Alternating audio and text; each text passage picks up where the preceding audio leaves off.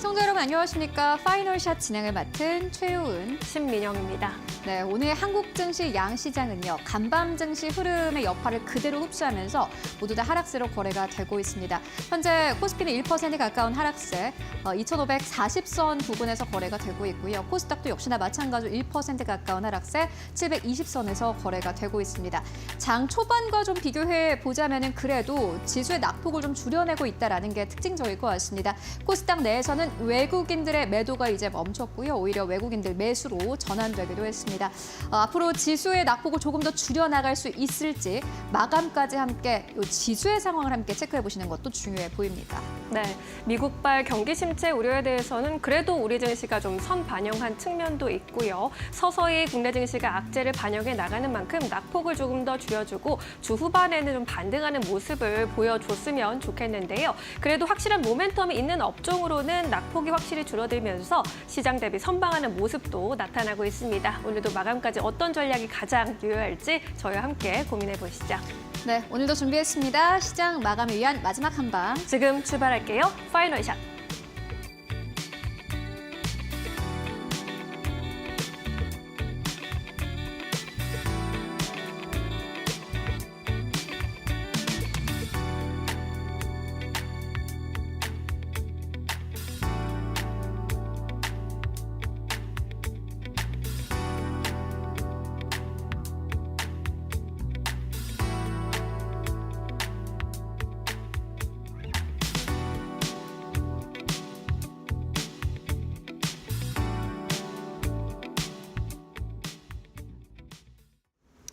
네, 오늘도 한국 증시의 흐름 자체는 하락세로 거래가 되고 있습니다. 간밤 증시 흐름이 좋지 않았기 때문에 이 여파를 한국 증시가 그대로 흡수하고 있는 건데요. 다만 한국 증시는 약간 좀 억울한 측면은 있습니다. 지난해 뉴욕 증시가 워낙 고점 부근까지 올라가기도 했고 신고가를 계속해서 경신했기 때문에 투심이 이렇게 좀 꺾이고 버블 장세에서는 원래 주가가 좀 큰 폭의 낙폭을 기록하는 게 당연한 건데 한국 증시는 그것도 아닌데 지수가 계속해서 빠지는 건 좀 아쉽습니다. 특히나 오늘 코스피 지수가 장중한 때는 2,504선까지 빠지면서 이러다가 2,500선까지 깨지는 거 아니야 하는 걱정이 들 정도였는데요. 시장이 좀 불안한 만큼 시장의 전체적인 좀 흐름을 오늘은 정리를 해보고 가도록 하겠습니다.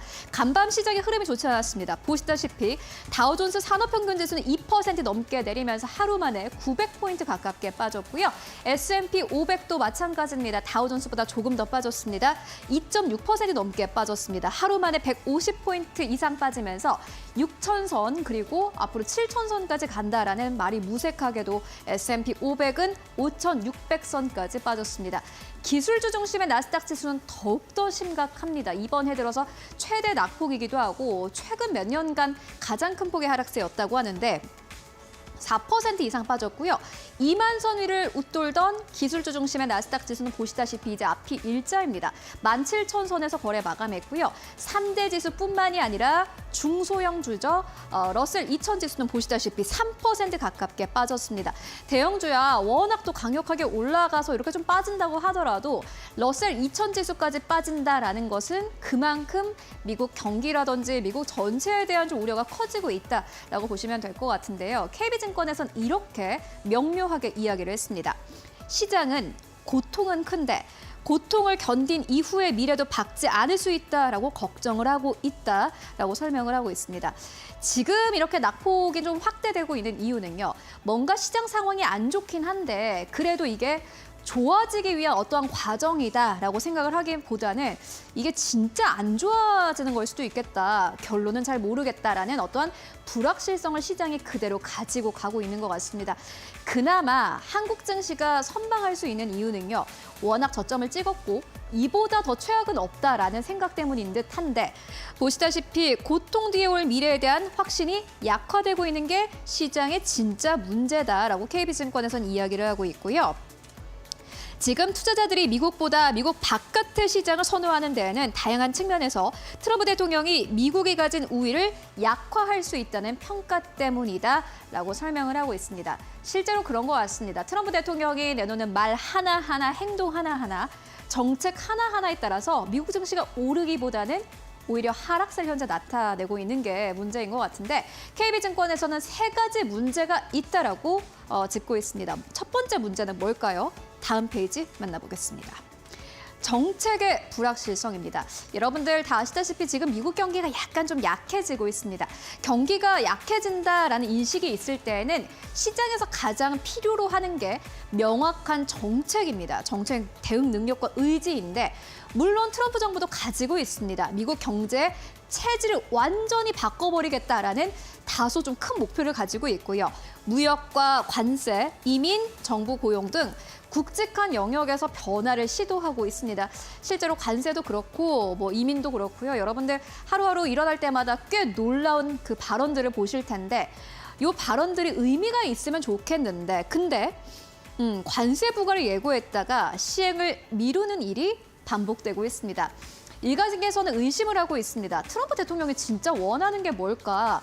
진짜 관세를 부과해서 원하는 것이 미국 경제를 부흥시키는 것일까? 아니면 오히려 인플레이션을 끌어올리는 것이 아닌가 하는 의구심이 이제 어떻게 보면 좀 확신으로 바뀐 듯하고요.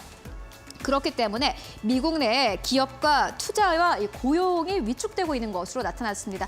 최근 들어서 발표되는 고용 지표들 좋지 않은 거 여러분들 이미 다 확인하셨을 테고 미국의 기업들도 투자하기는 좀 꺼려질 것 같습니다. 이렇게 좀 정세가 불안한데 괜히 먼저 투자를 하겠다라고 나섰다가 피해를 볼 수 있기 때문입니다. 그리고 미국은 사실 소비로 먹고 사는 나라인데 소비가 전체적으로 감소하는 추세인 것으로 나타났습니다. 첩첩산중입니다. 미국 이외의 나라는 사실 경기 부양을 위한 방안을 부지런히 마련 중이고요. 지금 미국에서는 이러한 사태들이 계속해서 발생되고 있는 겁니다. 두 번째 그럼 리스크는 무엇일까요? 두 번째 리스크는요. 정책도 뿐만 아니라 정치의 불확실성이 커지고 있다는 게 전체의 센티멘탈, 이 투자 심리를 좀 꺾고 있는 것 같습니다. 트럼프 대통령은 대선에서 예상보다 큰 승리를 거뒀었죠. 큰 지지를 정치 자본으로 삼고 현재 대대적인 변화를 추구하고 있습니다. 이러한 고통이 따를 수밖에 없다라고 자신만만하게 이야기를 하고 있는데 그런데 트럼프 대통령을 실제로 지지했던 사람들은 적지 않은 피해를 보고 있다고 합니다. 먼저 첫 번째로는 소규모 기업가인데요. 관세의 충격을 좀 피해가기에는 사실 소규모 기업가들의 여력은 크지 않은 것으로 나타났습니다. 최근에 2월 ADP 민간 고용 지표를 봤더니 19명까지 고용하는 소기업의 고용이요. 2022년 3월 이후로 가장 큰 폭으로 떨어졌다고 합니다. 사람을 뽑지 않는다라는 것은 회사 일이 많지 않다라는 의미이겠고요. 두 번째로는 트럼프 대통령을 지지하는 강력한 지지층 가운데 군인과 제대 군인이 있습니다. 그런데 연방 공무원 인력의 감축에 충격을 받고 있는 상황이고 특히나 연방 정부는요. 제대 군인의 주요 취업처이기도 합니다. 앞으로 지지가 더 흔들릴 가능성까지 있다라고 시장에서 내다보고 있습니다. 일단 내적으로는 그렇고요. 대내외적으로도 문제입니다. 이어서 만나보실까요? 최근에 트럼프 대통령이 관세를 두고 많은 사람들과 설전을 주고받는 모습도 여러분들 아마 확인하실 수 있었을 텐데 가장 대표적인 게 캐나다가 아닐까 싶습니다. 캐나다에 25% 관세 부과하겠다라고 이야기를 했고 물론 중국에서 들어오는 제품들이 대부분 캐나다를 우회하기 때문에 미국의 이런 스탠스가 이해는 갑니다만은 너무 강압적이다라는 이런 여론이 있습니다. 새롭게 선출된 이 캐나다 총리는요.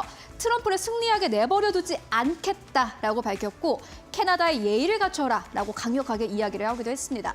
그리고 캐나다의 국민들도 역시나 마찬가지로 현재 미국이 꽤나 반감을 가지고 있는 상황인데 아메리카노가 아니라 이제 캐나다니아노를 마시겠다라면서 캐나다 내에서도 미국에 좀 반발을 하는 그런 세력이 커지고 있다고 합니다. 게다가 외부의 적도 많아지고 있는 상태이기 때문에 미국이 오히려 고립되는 거 아니냐라는 그런 걱정 현재 시장에서는 아주 강력하게 나타나고 있고요. 이어서 세 번째 문제까지 짚고 가도록 하겠습니다. 기술의 불확실성입니다. 트럼프 정부는요. 우리는 정부 역할을 줄이고 리쇼어링을 통해서 일자리를 늘리겠다, 감세와 규제 완화를 이끌겠다라는 의지를 현재 내비치고 있는데 그런데 감세안을 빠르게 처리하지 못한다면은 오히려 미국은요, 지금 사업하기가 쉬운 환경이 아닙니다. 전 세계는 친환경 사고로 빠르게 전환하고 있는데 미국은 사업 전환에 따른 정부 지원을 축소하고 있는 겁니다. AI 집중은 하고 있지만은 실제로는 현재 트럼프 대통령이 좀 밀고 있는 정책들 보면은 전통적인 에너지, 전통적인 뭐 차량 같은 것들이 대부분 해당이 됩니다. 압도적인 경쟁의 우위 약화 추세에 있는 것으로 나타났고요.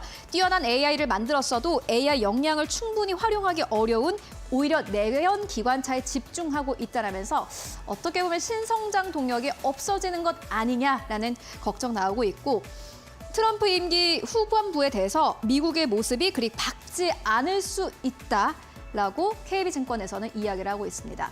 세 가지 문제가 있습니다. 지금 미국 정부가 이런 문제를 어떻게 해결해 나갈 것인지가 아마 가장 중요하겠지만은 지금은 어찌됐든 시장은 불확실성을 반영하고 있는 듯합니다.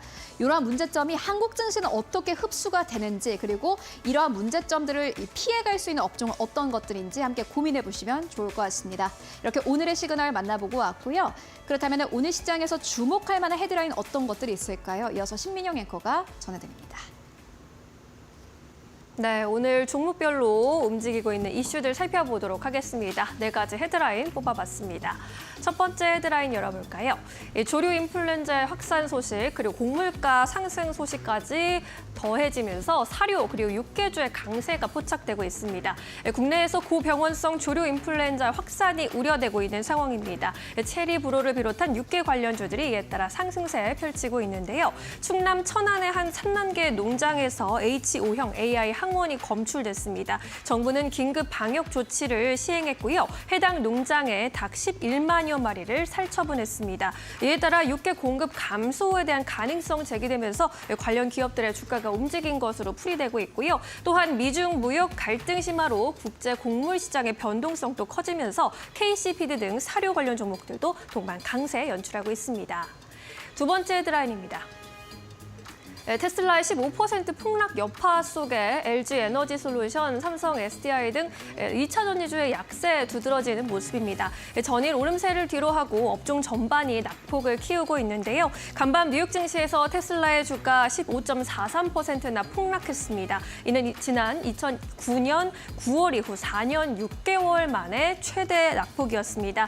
미국 트럼프 행정부의 강경한 관세 정책 속에 미국의 경기 침체 우려가 커지면서 투자 심리가 위축됐고요. 여기에 잇따른 전기차 판매량 둔화 전망에 주가가 급락한 것으로 풀이되고 있습니다. 다음 헤드라인입니다. 넥슨 게임즈 소식인데요. 증권사에서 매도 리포트가 나온 가운데 오늘 장중에 10% 넘게 급락하면서 52주 신저가를 기록하기도 했습니다. 매도 의견으로 하향 조정한 보고서가 투심을 위축시키고 있는데요. 이날 메리츠 증권에서 넥슨 게임즈가 올해 연간 500억 원대 적자를 기록할 것으로 내다보면서 목표 주가도 기존의 32,000원에서 10,000원으로 70% 가까이 내려잡았습니다. 이 게임 성과에서 퍼디와 블루 아카이브 모두 예상 대비 부진하다고 평가를 했고요. 특히 퍼디의 경우 오는 7월 1주년 업데이트까지 큰 반등을 기대하기는 어려울 것이다 라고 내다보기도 했습니다. 네 번째 헤드라인입니다. 네, 펩타이드 개발사인 애니젠 관련 소식입니다. HLB그룹에 피인수된다라는 소식에 급등세를 연출하는 모습이죠. 그동안 자금난에 시달렸던 애니젠이 HLB그룹의 인수로 600억 원의 자금을 확보하게 됩니다. 이에 따라서 기존의 GLP-1 비만 치료제 대비 약효와 약동을 크게 개선한 신규 비만 치료제 개발에도 속도를 낼 수 있을 것으로 보입니다. 특히 장기 지속형 주사제로 비만 치료제를 개발 중인 HLB 제약과의 협력 시너지도 기대된다는 평가 나타납니다. 네 가지 헤드라인 함께 짚어보셨습니다. 네, 이번엔 증권가 전화 연결해서 조금 더 자세한 투자 포인트 짚어보도록 하겠습니다. 메리츠증권 강남금융센터 김경국 과장 연결하겠습니다. 과장님 안녕하세요. 네, 안녕하세요. 네, 오늘 시장 하락하는 가운데 네 가지 소식 전해드렸습니다. 어떤 소식에 조금 더 주목하고 계실까요? 오늘은 어제 급락한 테슬라 이슈와 2차 전지 섹터를 연관해서 좀 말씀드릴까 하는데요.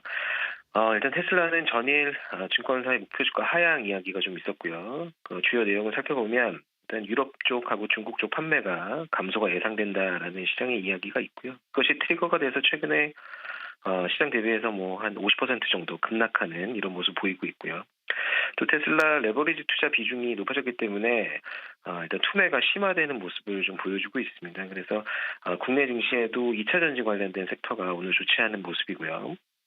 일단 23년도 2차 전지 랠리는 사실 3원계 배터리의 압도적인 피지컬이 주요 포인트였는데 일단 2차 전지 섹터에 있는 회사들이 일단 전방 수요 예측에 실패하는 모습을 좀 보였고 과도하게 투자를 집행함으로 인해서 아직도 좀 힘든 시기를 보내고 있다 이렇게 좀 말씀드리고 싶습니다. 그래서 에코프로비엠 같은 경우에 현재 시총이 대략 한 12, 3조 정도 되는데 일단 올해 간신히 이제 흑자 전환하는 모습을 보여줄 거라고 예상이 되고요. 그래서 밸류에이션적인 측면에 있어서 아직 주가가 많이 기술적으로 많이 빠졌지만 기본적인 밸류에이션 부담이 아직도 좀 있다 이렇게 좀 생각하고 있고요. 그래서 2차 전지 섹터는 사실 내러티브가 좋아지는 부분이 있어야 될 텐데 전고체 배터리나 이제 4680 배터리 정도가 상방 요인이긴 한데 센티 개선하는 데는 좀 어려움이 있지 않을까 이렇게 좀 보고 있습니다. 네, 2차 전지주에 대한 분석 잘 들어봤습니다. 이 밖에도 오늘 오후장에서 공략주 성격으로 보시는 종목 있으실까요? 오늘은 SK 바이오팜이라는 회사 일단 가져와 봤고요. 일단 트럼프 대통령의 일단 의약품 관세 노이즈가 계속 있었습니다. 이제 제약바이오 섹터에 있었고 특히나 이제 알테오젠 특허 관련된 이슈도 지난주에 있으면서 바이오 쪽 센티가 좀 안 좋아지고 또 이제 주가도 급락하는 모습을 보여줬습니다. 하지만 SK 바이오팜 같은 경우에는 25년도에 매출이 7,200억 이상 될 것으로 보이고 영업이익 또한 한 1,800억 이상 예상이 되고 있습니다. 그래서 동사의 지금 미국 집판 중인 엑스코프리의 연간 매출이 6,500억 이상 될 거라고 예측이 되고 있거든요. 그래서 동사는 일단 판관비하고 또 차기 파이프라인 연구개발비를 감안하더라도 일단은 영업이익이 좀 크게 개선되는 한 해가 될 것으로 보이고 있고요. 또 미국뿐만 아니라 작년 12월에는 중국의 엑스코프리가 이제 신약 신청이 완료가 되면서 이제 글로벌 지역으로 좀 다변화에 집중하고 있는 모습을 보이고 있습니다. 또 전신 발작에 대한 엑스코프리의 적응증 확대 임상 3상 탑라인 결과가 올해 나올 것으로 보이기 때문에 또 이 부분도 이제 상방의 모멘텀으로 작용을 할 것으로 보이고 있습니다. 그래서 안정적인 수익 구간에 들어간 엑스코프리 그리고 후기 파이프 라인에 대한 기대감이 이제 주가에 반영이 가능하다 이렇게 좀 보고 있고요. 기술적으로도 두 번의 13만 원 터치 후에 가격 조정이 들어갔기 때문에 현재 가격에서는 매수가 유효하다 이렇게 좀 생각하고 있고 목표가는 13만 원, 손절가는 9만 5천 원으로 잡아두도록 하겠습니다. 네, SK 바이오팜에 대한 의견 들어봤습니다. 오늘 말씀 여기까지 드릴게요. 고맙습니다. 네, 감사합니다.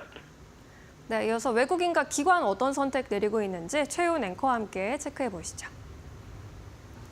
네, 먼저 외국인들이 오늘 시장에서 사는 기업들부터 만나보도록 하겠습니다. 오늘 외국인들 코스피 안에서요. 네이버를 가장 많이 사들이고 있습니다. 두 번째로는 LIG 넥스원, 세 번째로는 셀트리온, 네 번째로는 KB금융, 다섯 번째로는 신한지주현재 자리하고 있고요.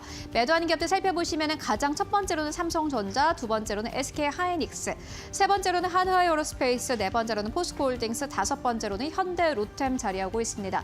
다만 오늘 외국인 투자자들 코스피 안에서 2천억 원 넘게 매도세 강력하게 나타내고 있는 상황이고요. 그렇다면 코스닥 안에서의 외국인 수급은 어떨까요? 코스닥 안에서 외국인들이 이제 매수로 전환이 됐습니다. 보시다시피 매수하는 가장 첫 번째 기업은 레인보우 로보틱스이고 두 번째로는 올릭스입니다. 세 번째로는 알테오젠 그리고 네 번째로는 고영, 다섯 번째로는 보로노이 자리하고 있습니다. 보로노이 쪽으로는 외국인과 기관의 수급이 여전히 들어오는 모습을 확인하실 수 있고요. 매도하는 기업들 살펴보시면 오늘 가장 첫 번째로는 HLB, 두 번째로는 넥슨게임즈, 세 번째로는 펩트론, 네 번째로는 삼천당제약, 다섯 번째로는 클로봇 자리하고 있습니다. 어제 이어서 오늘까지 HLB에 대한 매도 좀 세력이 거친 것으로 보여지고요. 이어서 기관 수급 만나보도록 하겠습니다. 네, 오늘 기관 투자자들은 코스피 안에서 현대로템을 가장 많이 사들이고 있습니다.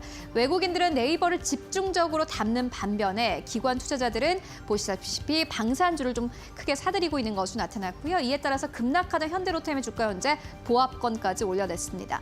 두 번째로는 LG전자, 세 번째로는 LGCNS, 네 번째로는 메리츠 금융지주, 다섯 번째로는 HD 현대 마린 엔진 자리하고 있는 상황이고요. 매도하는 기업들 살펴보시면 가장 첫 번째로는 삼성전자, 두 번째로는 SK하이닉스, 세 번째로는 한화시스템, 네 번째로는 두산에너빌리티, 다섯 번째로는 카카오 자리하고 있습니다. 그렇다면 오늘 코스닥 안에서의 기관 수급은 어떨까요?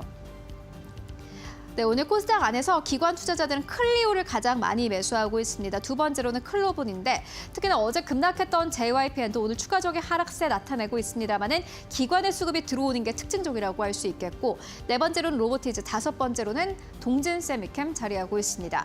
매도한 기업들 살펴보시면 가장 첫 번째로는 인텔리안테크, 두 번째로는 알테오젠, 세 번째로는 PIE, 네 번째로는 에코프로비엠, 다섯 번째로는 HLB 자리하고 있습니다. 네, 지금까지 외국인 기관 수급 함께 살펴보고 왔습니다.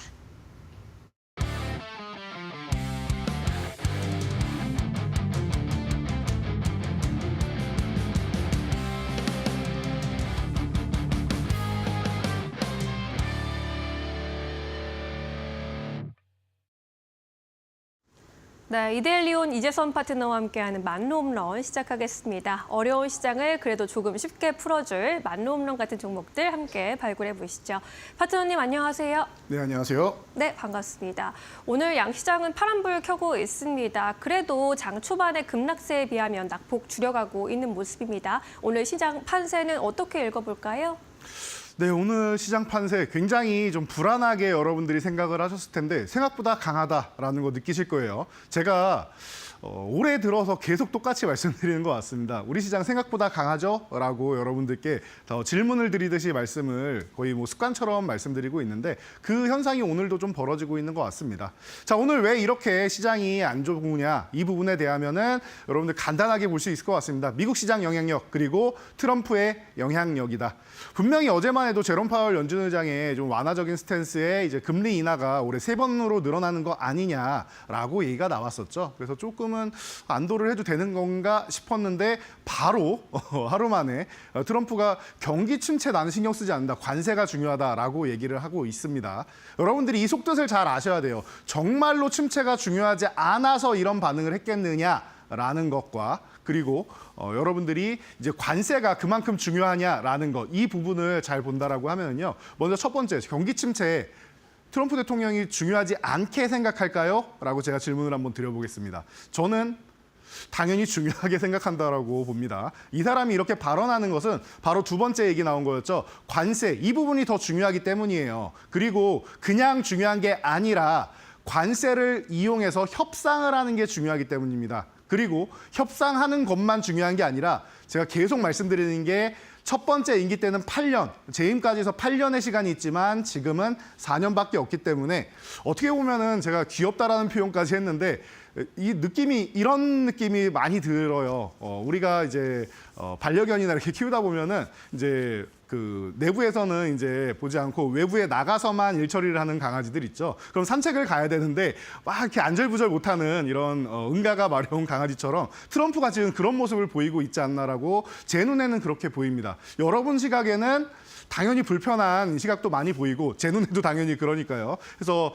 무조건 뭐 나쁜 사람처럼 보이고 독불장군처럼 보이실 텐데요. 그것도 맞습니다, 당연히.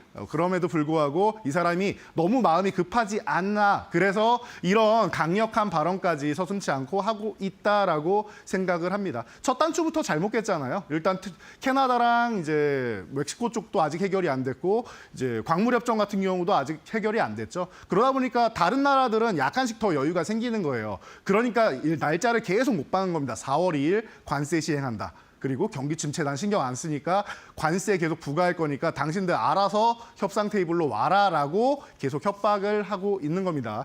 그래서 여러분들이 이렇게 보시면 될 것 같아요. 트럼프가 지금 마음이 많이 급하구나. 우리도 불편하고 기분은 나쁘지만 그 정도로 여러분들이 보시면 될 것 같고요. 자, 그래서 관세 전쟁 불안감 그리고 이제 경기 침체에 대한 불안감 이런 부분 때문에 이제 트럼프는 정말 또 한다면 하는 사람이다 보니까 표면적인 이유만 보면 불안한 게 맞습니다. 그런데 속뜻을 살펴보면은 정말 급해서 그러는구나. 이 사람이 정말 마음이 굉장히 심란하구나라는 걸 느낄 수 있다라는 것 정도만 아시면 될 것 같아요. 그래서 계속 말씀드렸지만 단기 급등한 종목들 차익 실현하셨다라고 하면 지금은 뭐 새로 이제 순환매 종목들 매수했는데 조금 밀렸다. 크게 신경 안 쓰셔도 됩니다. 어차피 만약에 순환매 종목들이 이 종목들이 제대로 된 반등이 나오지 않고 끝난다라고 하면 주도주로 다시 옮겨가시면 되는 거고요. 이 시장이 어느 정도 좀 안정됐을 때요. 만약에 아니다, 조금 더 길어진다라면 그 순환매 타이밍에 노려서 들어간 종목들 제대로 반등 나올 겁니다. 그러니까 여러분들 편하게 보시면 됩니다. 이것만 지키시면 돼요. 제가 작년 12월부터 계속 말씀드렸는데 단기 급등한 종목들 차익 실현하고 수익 챙겨놓고 그리고 눌림목 매수만 하면 된다. 약간의 눌림이 추가로 나오는 거는 이거는 종목의 영향력이 아니라 시장 영향력이기 때문에 회복이 된다라는 것만 확인하시면 됩니다. 자, 그래서 코스피 차트로 넘어가서 지수 간단하게 확인하고 가도록 하겠습니다.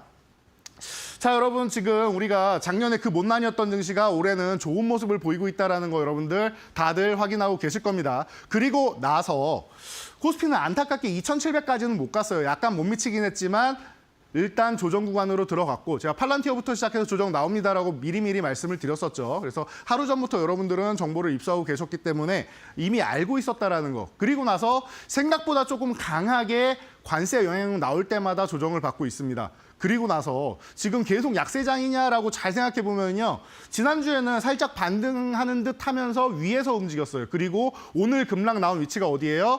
지지난주 금요일 열흘 전에 저점 찍었던 이 구간 근처에서 움직이고 있단 말이에요. 지난주와 지난주 금요일 이때 급락이 나왔던 구간이죠. 이 사이에서 저점을 확인하고 다시 올라오는 어떻게 보면은 짧은 이중바닥성 움직임을 만들려는 모습까지도 보이고 있다. 양봉도 굉장히 거대하게 잘 나오고 있는 모습은 우리나라는 지금 구간도 저점 매수라고 생각하고 수급이 예쁘게 들어오고 있다는 거 여러분들이 확인할 수 있는 대목이 아닌가 싶습니다. 우리나라 시장이 지금 이렇게 생각보다 수급도 좋고 강하다라는 거. 제가 뭐 오늘 오전에도 보면서 한 개장초 1시간 보면서 생각보다 수급이 괜찮구나. 외국인들도 안정감을 보이는구나라고 생각을 했어요. 선물만 조금 조절하고 있고 나머지는 그래도 괜찮은 것 같습니다.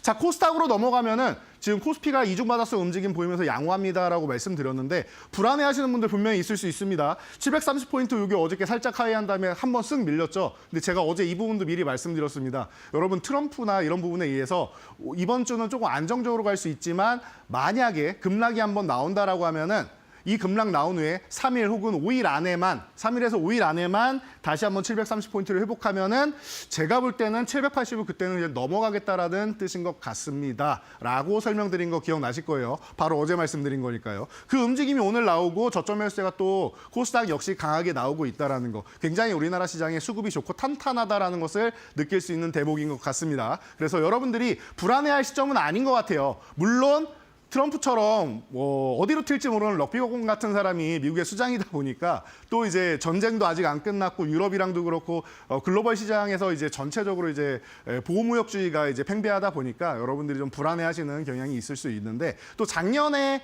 이제 영향력도 좀 있었죠. 그래서 불확실성 때문에 그런 거지 이 불확실성이 하나하나 해소가 될 겁니다. 트럼프 얘기 계속해드리는데 트럼프는 이 모든 관세나 이런 웬만한 협상들을 이제 6월 안에 마무리하고 싶어 해요. 특히 6월 FOMC 이전에 마무리해야 FOMC 때 점도표가 긍정적으로 나오겠죠. 관세 인상이 돼가지고 인플레이션 나오는 건 좋지 않다. 차라리 금리를 인하해서 경기를 살려놓고 인플레이션 위기가 나오면 다시 한번 금리를 또 올릴 수 있으니까 이 방향을 아마 놓고 보지 않나 싶습니다. 그래서 6월 FOMC 전까지 이제 주변국들, 쉬운 국가들부터 시작해서 나중에 뭐 유럽이나 우리나라도 이제 조금 어려워진 대상이 됐습니다. 이 부분은 왜 어려워졌는지는 여러분도 눈치채신 부분이 있을 텐데 제가 조만간 다시 한번 자리를 마련해서 시간 깊게 할애를 해서 여러분들과 함께 이렇게 소통을 한번 해보도록 하고요.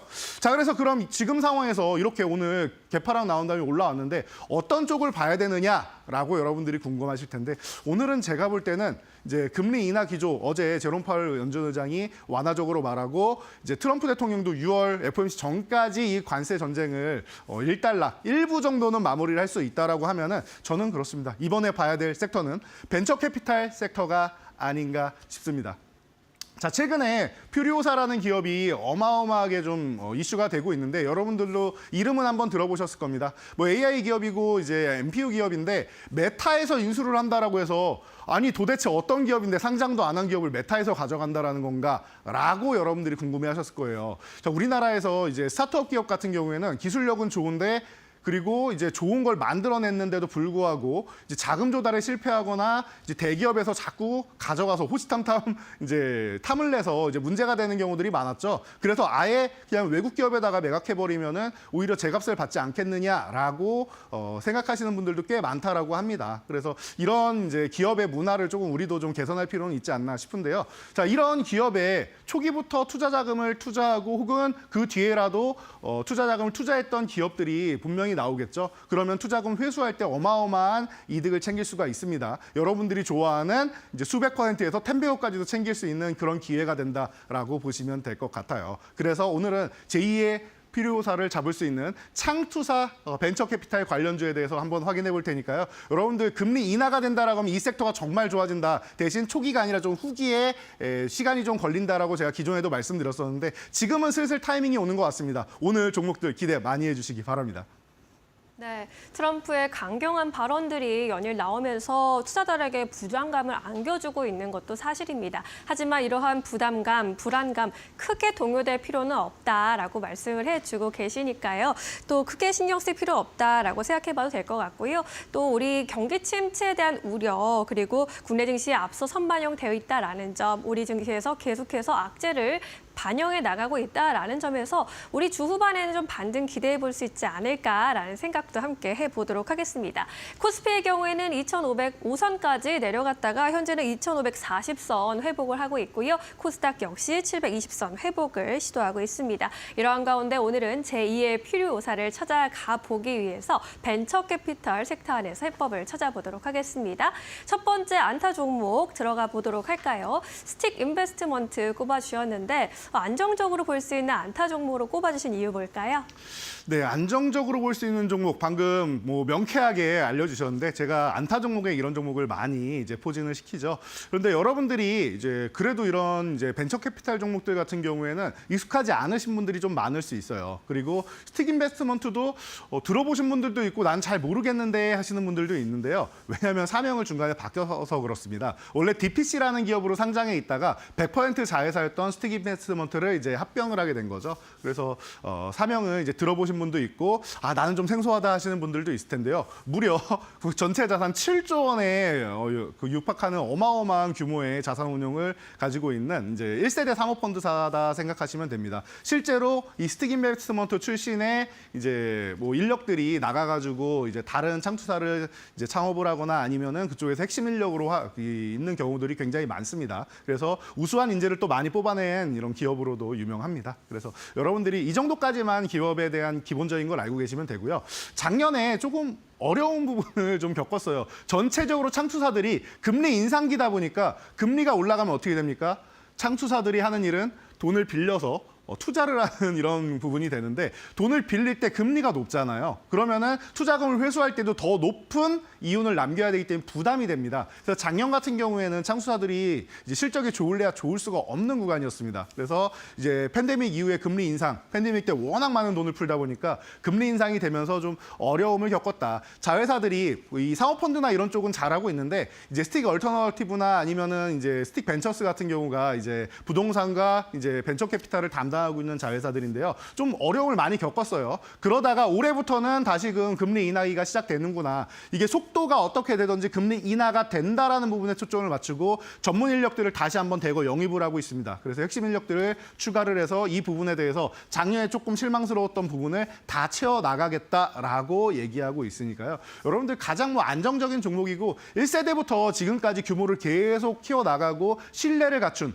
여러분 금융은 신뢰 아니겠습니까? 우리 주식도 마찬가지고요. 그래서 신뢰가 있는 기업이다라고 하면 그중에 하나 딱 떠오르는 기업 중 하나가 바로 스틱 인베스트먼트가 아닌가 싶습니다. 심지어 상장 기업이기까지 하죠. 이 기업에 대해서 좀 안정적으로 보고 싶다. 나는 이제 단기적으로 이제 치고 빠지고 하는 이런 어려운 매매보다는 편안하게 바닥권에서 모아가고 싶다 하시는 분들은 제가 볼 때는 지금이 절호의 찬스가 아닌가 싶습니다. 가격이 너무나도 좋은 구간에 내려와 있으니까 여러분들이 안타 종목으로 관심 가져보시기 바랍니다. 네, 안타 종목으로 스틱 인베스트먼트 살펴봤습니다. 조금 생소하게 느껴지실 수 있겠지만 이미 안정적인 기업으로 잘 자리 잡고 있기 때문에 우리가 안타 종목으로 꼽아봤고요. 자, 2루타 종목으로 넘어가겠습니다. 오늘은 이례적으로 두 가지 종목을 함께 꼽아주셨습니다. DSC 인베스트먼트와 TS 인베스트먼트인데 이 두 종목 비슷한 모멘텀을 가지고 있기 때문일까요?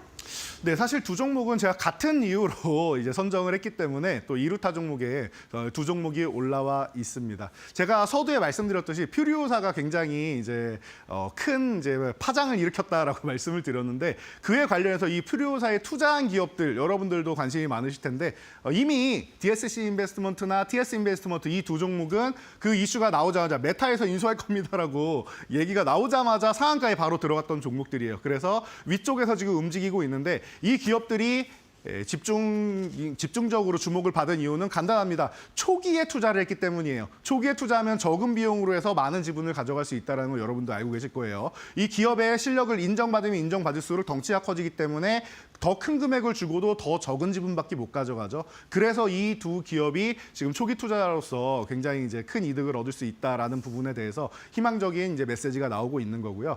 이 부분에서 또 메타에 매각이 돼도 당연히 큰 이익이 될 텐데 지금 이 다른 이제 기업들 예를 들면 나우인베스트나 아니면 SV 인베스트먼트, 컴퍼니 K, 캡스톤 아니면 SBI 이런 쪽에서 전체적으로 다 이제 후기에 이제 투자가 계속 들어왔단 말이에요. 근데 이런 기업들보다 이제 좀 월등하게 높은 수익률을 가질 수가 있고 메타에서 인수를 가도 그쪽에 피인수가 돼도 좋은데 그렇게 안 될 것 같은 느낌이 들죠. 지금 메타이가 나오자마자 그동안 팔아야 되나 매각해야 되나 고민하던 이유가 자금 조달 때문에 문제가 됐던 거예요. 그런데 자금 조달이 너무나도 수월하게 잘 되고 있다라고 합니다. 이러면 매각할 이유가 없지 않나라고 업계에서 나오고 있으니까요. 여러분들이 잘 생각해 보시면 될 것 같아요. 그래서 이렇게 자금 조달에 성공해서 기업이 파이가 더 커지고 추후에 상장을 한다거나 여러 가지 일을 하게 된다라고 하면은 혹은 매각 가격도 더 높아질 수 있고요. 여러 가지 이제 좋은 이슈들이 나온다라고 하면은 초기 투자자들 같은 경우는 수익률이 점점 올라가게 된다라는 걸 여러분들이 생각하시면 될 것 같아요.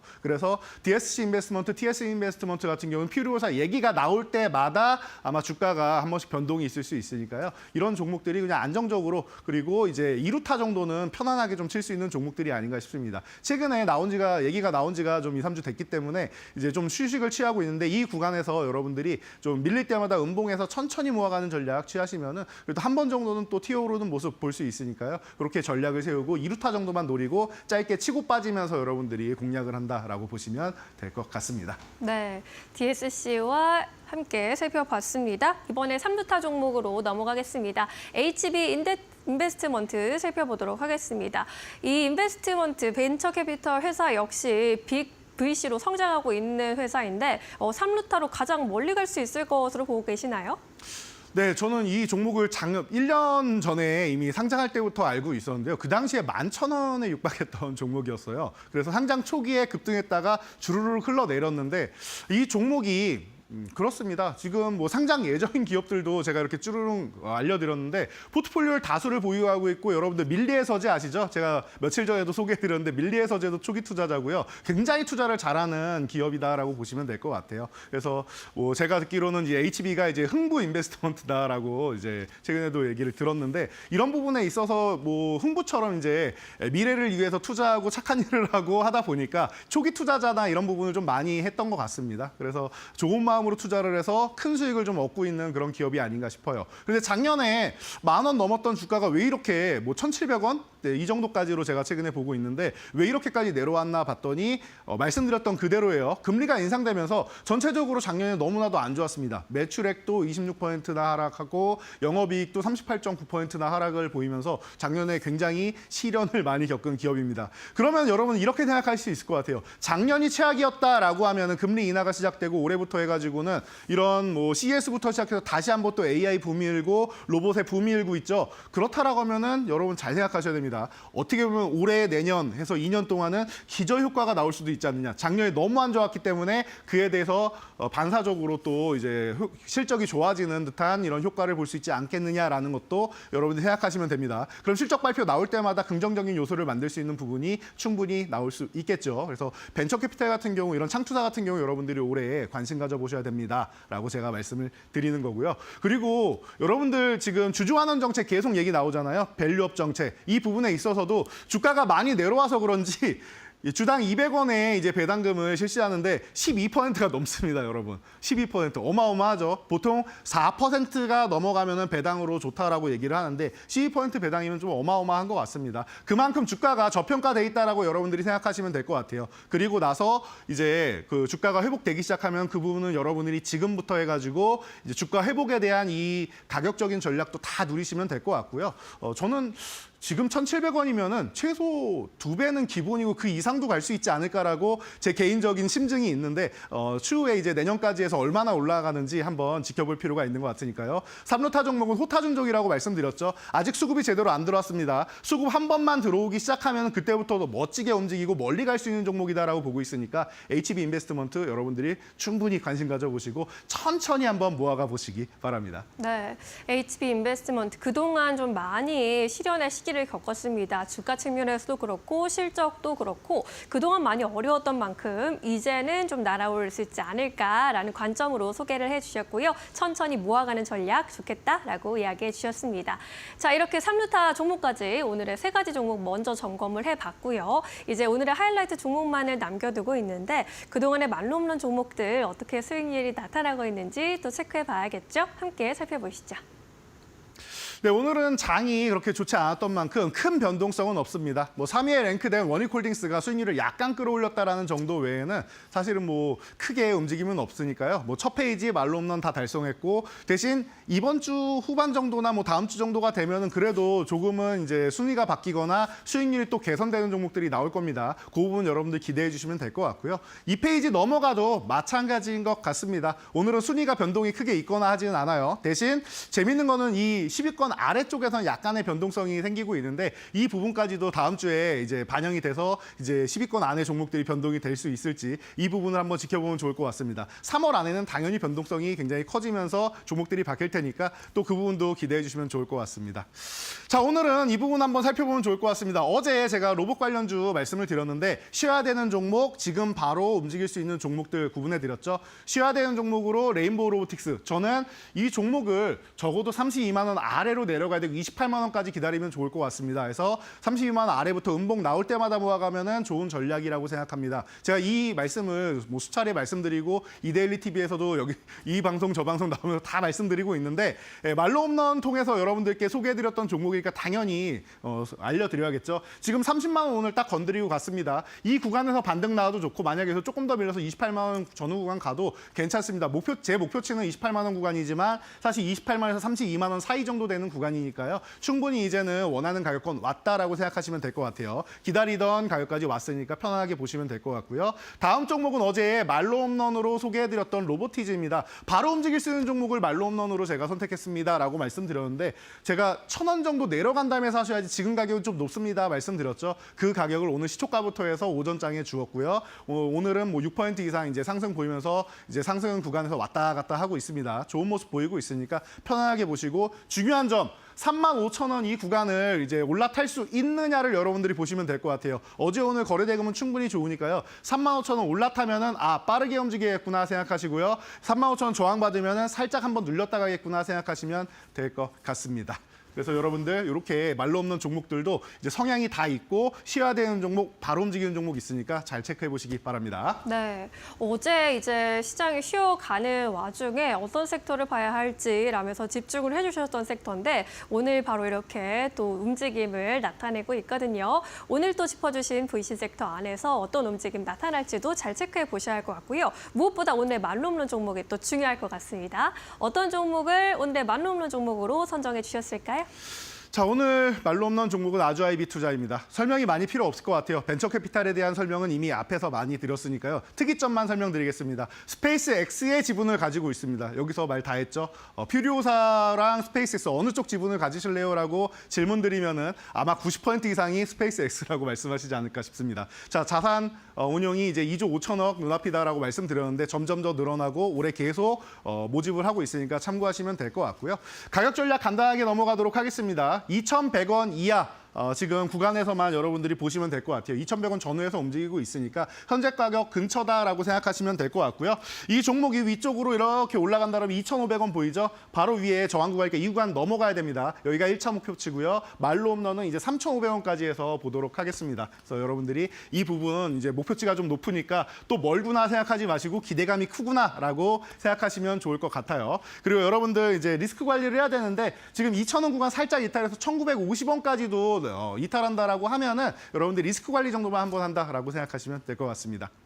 네, 오늘의 하이라이트 종목은 아주아이비 투자 로고바 주였습니다. 금리 인하 기조 속에서 우리가 꼭 함께 살펴봐야 할 섹터로 VC 창투사 쪽 오늘 짚어봤으니까요. 관심 있으신 분들은 더 깊게 공부해 보셔도 좋을 것 같습니다. 오늘 말씀은 여기까지 듣겠습니다. 고맙습니다. 감사합니다.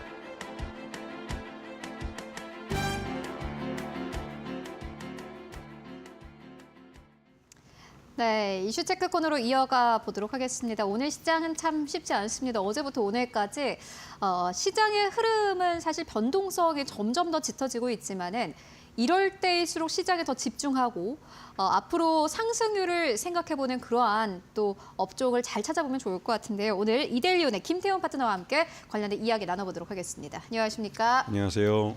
네, 오늘 같은 시장에서 종목만 잘 선택하거나 업종만 잘 선택한다면은 앞으로 시장 대응하기에는 참 그래도 수월할 것 같다라는 생각이 드는데 오늘 좀 보고 계신 업종이 있으세요? 네, 그 예전부터 한번 제가 방송에서 한번 말씀을 드렸는데요. 일단 지금 시장에서 그 트럼프의 이 관세 정책 때문에 우리나라는 수출 중심의 국가고 그러다 보니 경제적으로 굉장히 좀 불확실성이 커진 그런 장세입니다.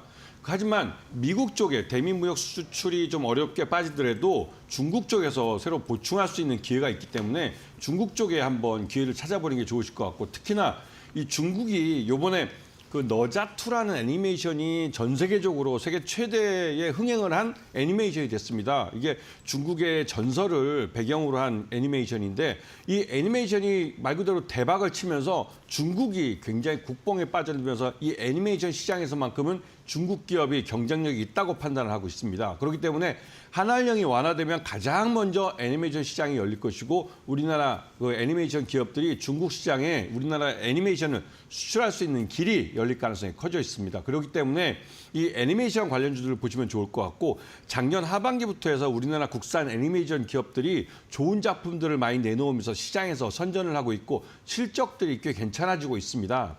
그 대표적으로 요즘 삼지라고 해서 좀 여러분도 뭐 잘 아시는 그런 그 종목인데 이런 종목이 이 시장에서 학부모들, 그러니까 부모님들이죠. 부모님뿐만 아니라 아이들에게도까지 사랑을 받으면서 이름들이 많이 알려지고 있고 이렇게 많이 알려진 이름들이 나중에 중국의 한알령이 해제됐을 때 중국 시장에 제일 먼저 진출할 수 있는 것이기 때문에 이런 종목들을 잘 보시면서 시장 전체가 이 미국의 이런 관세 정책 때문에 우리나라 반도체나 자동차 같은 것이 굉장히 힘들게 되더라도 이를 그러니까 대체해서 우리가 기업들이 돈을 벌 수 있는 그런 그 공간이 있다는 것을 한번 살펴보시고 이런 면에서 중국 쪽 시장에서 이 한알령이 해제됐을 때 제일 먼저 진출할 수 있는 산업 분야가 어디인지 한번 찾아보시는 것도 좋은 투자의 방법을 찾는 방법일 것 같습니다. 한알령이 해제가 된다면이라고 가정을 해볼 때 어느 업종에 가장 수혜를 볼까라는 진지한 고민을 할 시점이 된 것 같습니다. 한알령 해제에 대한 기대감은 높아지고 있는 그런 상황이고요. 지금 시장에서 생각을 하고 있는 것은 엔터 쪽 괜찮겠지, 그리고 연예계 쪽 괜찮겠지라는 생각을 하고 있지만 사실 그런 것들이 풀리기까지는 좀 시간이 걸릴 것 같다라는 생각이 들고 애니메이션 쪽은 그래 좀 빠르지 않겠느냐라는 기대감 전해주셨는데요. 종목으로 좁혀서 이야기 나눠보도록 하겠습니다. 가장 먼저 이미 얘기를 해주셨어요. SAMG 엔터, 삼지엔터. 이 기업은 핫한 기업이죠.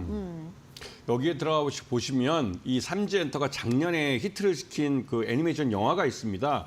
이게 이름이 그 뭐 사랑의 허츄핑인가요? 이게 말 그대로 대박을 쳤어요. 그래가지고 이 영화가 성공하고 나서 이 영화 속에 등장하는 캐릭터를 갖고 만든 왕구들 완판 행진을 벌이고 있습니다. 그런데 그 완판 행진을 벌이는 그 IP를 이 삼지엔터가 갖고 있기 때문에 이 삼지엔터는 이러한 그 하나의 소스, 애니메이션이라는 IP 하나를 갖고 완구, 뮤지컬, 영화 이런 것까지 다양하게 만들면서 원소스 멀티유스라는 그런 전략으로 돈을 벌고 있습니다. 그래서 상반기까지는 이런 것들을 개발하는 데 들어가는 비용 때문에 적자가 났지만 지난해 4분기 때 확실하게 이제 분기 실적으로는 흑자를 내면서 전체적으로 올해 2025년 실적에 대한 기대감을 갖게 하고 있고요.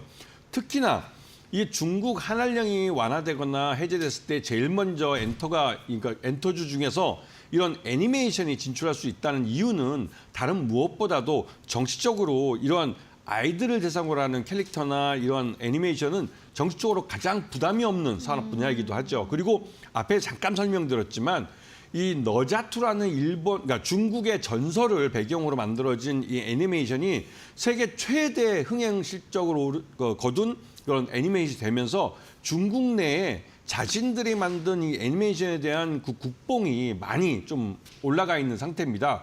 그러다 보니 이 한국의 애니메이션이 중국 시장에 진출해도 중국의 애니메이션 기업들이 경쟁력을 갖고 있다는 착각 속에 있는 것이죠. 왜 이렇게 말씀드리냐면 우리 한국 기업은 오랫동안 이 미국의 헐리우드에 지금은 이제 이 픽사 같이 이제 컴퓨터로 만들지만 옛날에 손으로 다 만들어 왔습니다. 손으로 색칠하고 손으로 그리고 했던 그 시절부터 우리나라는 이런 애니메이션을 만들어 왔던 나라입니다. 그러한 기술이 축적되면서 나름대로 이제는 스토리마저도 우리가 직접 만들고 그 스토리 속의 캐릭터도 우리가 직접 창출해냅니다. 그러면서 쌓인 기술인데 솔직히 지금 너자투도 그렇고 중국의 애니메이션은 일본 시장이 워낙 죽었기 때문에 일본의 애니메이션을 만들었던 그 기술진들을 중국이 데려와서 만든 그런 그 애니메이션입니다. 그러다 보니 이 중국 고전의 이 전설이라는 IP는 그대로 가져가지만 그 속에 들어있는 기술은 모두 일본 기술에도 과언이 아니죠. 이런 것과 우리 한국의 애니메이션은 확실하게 차별해야 됩니다. 그렇기 때문에 중국 시장에서 이 애니메이션 시장을 가장 먼저 오픈해 줄 가능성이 크고 그때 우리나라 그 이 SAMG 엔터라는 회사가 갖고 있는 이러한 IP나 이런 그러니까 애니메이션들이 제일 먼저 진출할 수 있는 것이죠. 그래서 매수가는 27,000원, 목표가는 5만 원 정도 제시해드리고 손절가는 25,000원을 제시해드리는데 지금 27,000원이라고 말씀드린 그러니까 이 매수가는 항상 제가 말씀드리지만 항상 분할해서 사야 되는 겁니다. 우리나라 한국 분들이 투자를 하실 때 맨날 한 방에서 한 번에 주문을 내시는데 그렇게 하지 마시고 한 100만 원을 투자하더라도 10만 원치 10번을 나눠서 투자하시면 매수 단가를 분산할 수도 있고 또 매수 수량도 그 매수 가격에 맞춰서 수량을 어떤 때는 110주를 사고 어떤 때는 뭐 90주를 사는 방식으로 해서 조절을 하시면 매수 단가를 가장 낮추면서도 매수 수량을 가장 늘려가는 쪽으로 매수를 하실 수가 있습니다.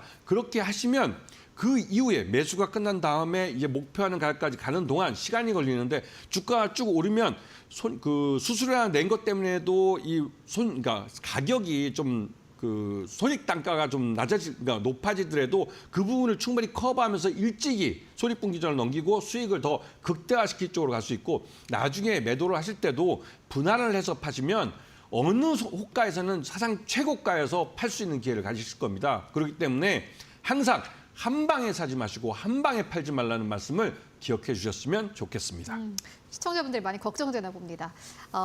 삼지엔터가 주가가 보니까는 최근에 흐름이 굉장히 좋았습니다. 기관의 수급도 연이어서 들어오고 있는 상황이고 보니까는 9거래 연속 기관의 수급이 들어오기도 했습니다.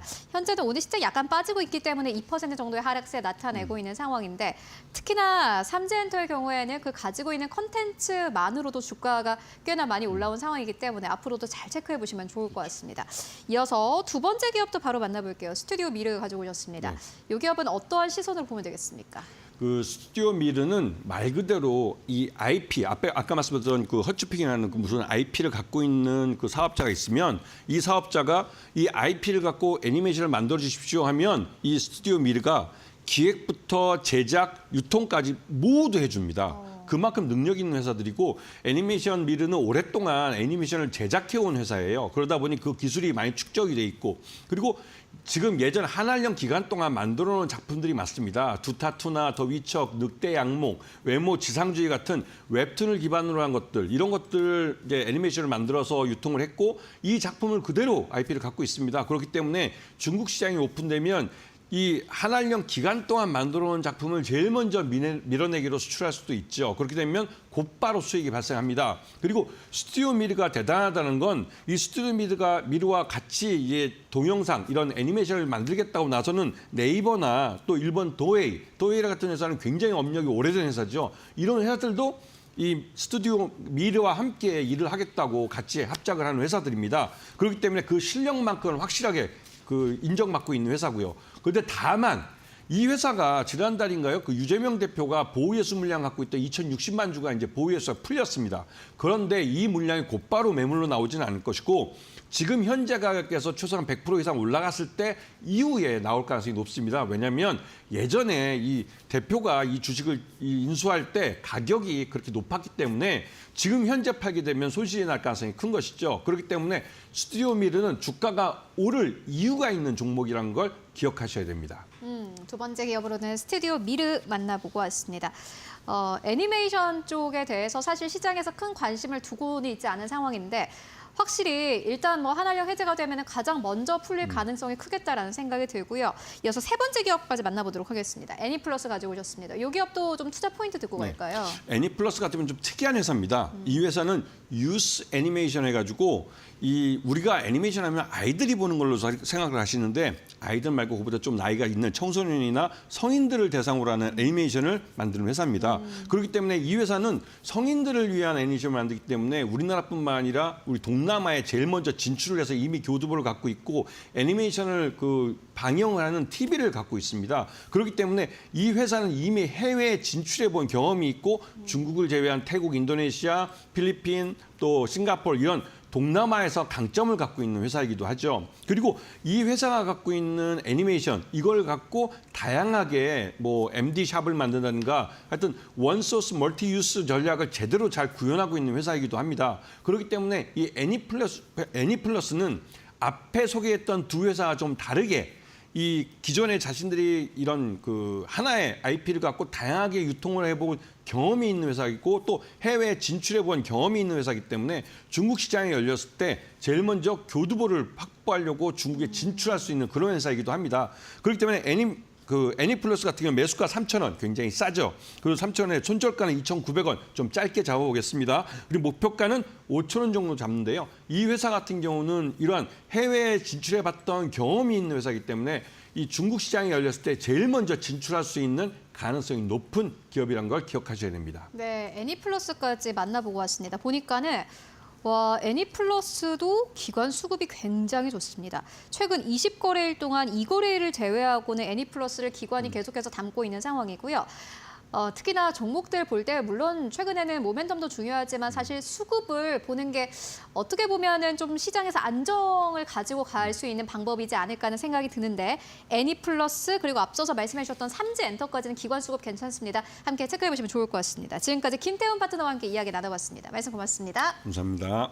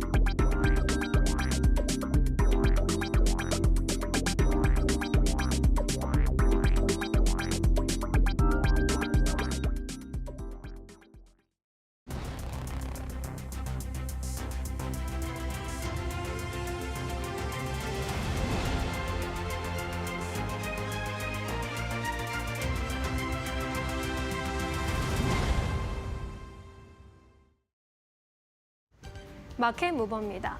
3월 들어서 국내외 증시의 변동성이 커지고 있는데요. 이러한 가운데에서 음식료 섹터의 경우에는 지금이 기회다라는 분석이 주를 이루고 있습니다. 구체적으로 어떤 분석들 나오고 있는지 살펴보도록 하겠습니다. 일단 지난 2024년에는 다소 아쉬웠다라는 평가를 받았습니다. 음식료 업종이 전반적으로 해외 수요가 증가했음에도 불구하고 판매 가격에 대한 인상 제한이 있었고요. 또한 비용도 좀 부담이 되면서 전반적으로 부진했습니다. 하지만 2025년 올해에는요, 업종 전반에서 의미 있는 반등이 기대되고 있습니다. 일단 수요량이 늘어날 것으로 보이는데요. 해외 수요가 가속화되고 있는 가운데 내수 소비 회복까지 더해지면서 수요 측면에 우호적인 환경이 예상되고 있기 때문입니다. 해외에서는 미국과 중국을 중심으로 K푸드의 성장세가 지속되고 있는 모습이죠. 중국의 경우에는 또 경기 부양책에 대한 구체적인 윤곽이 드러나면서 수출이 더 늘어날 것으로도 예상이 되고 있습니다.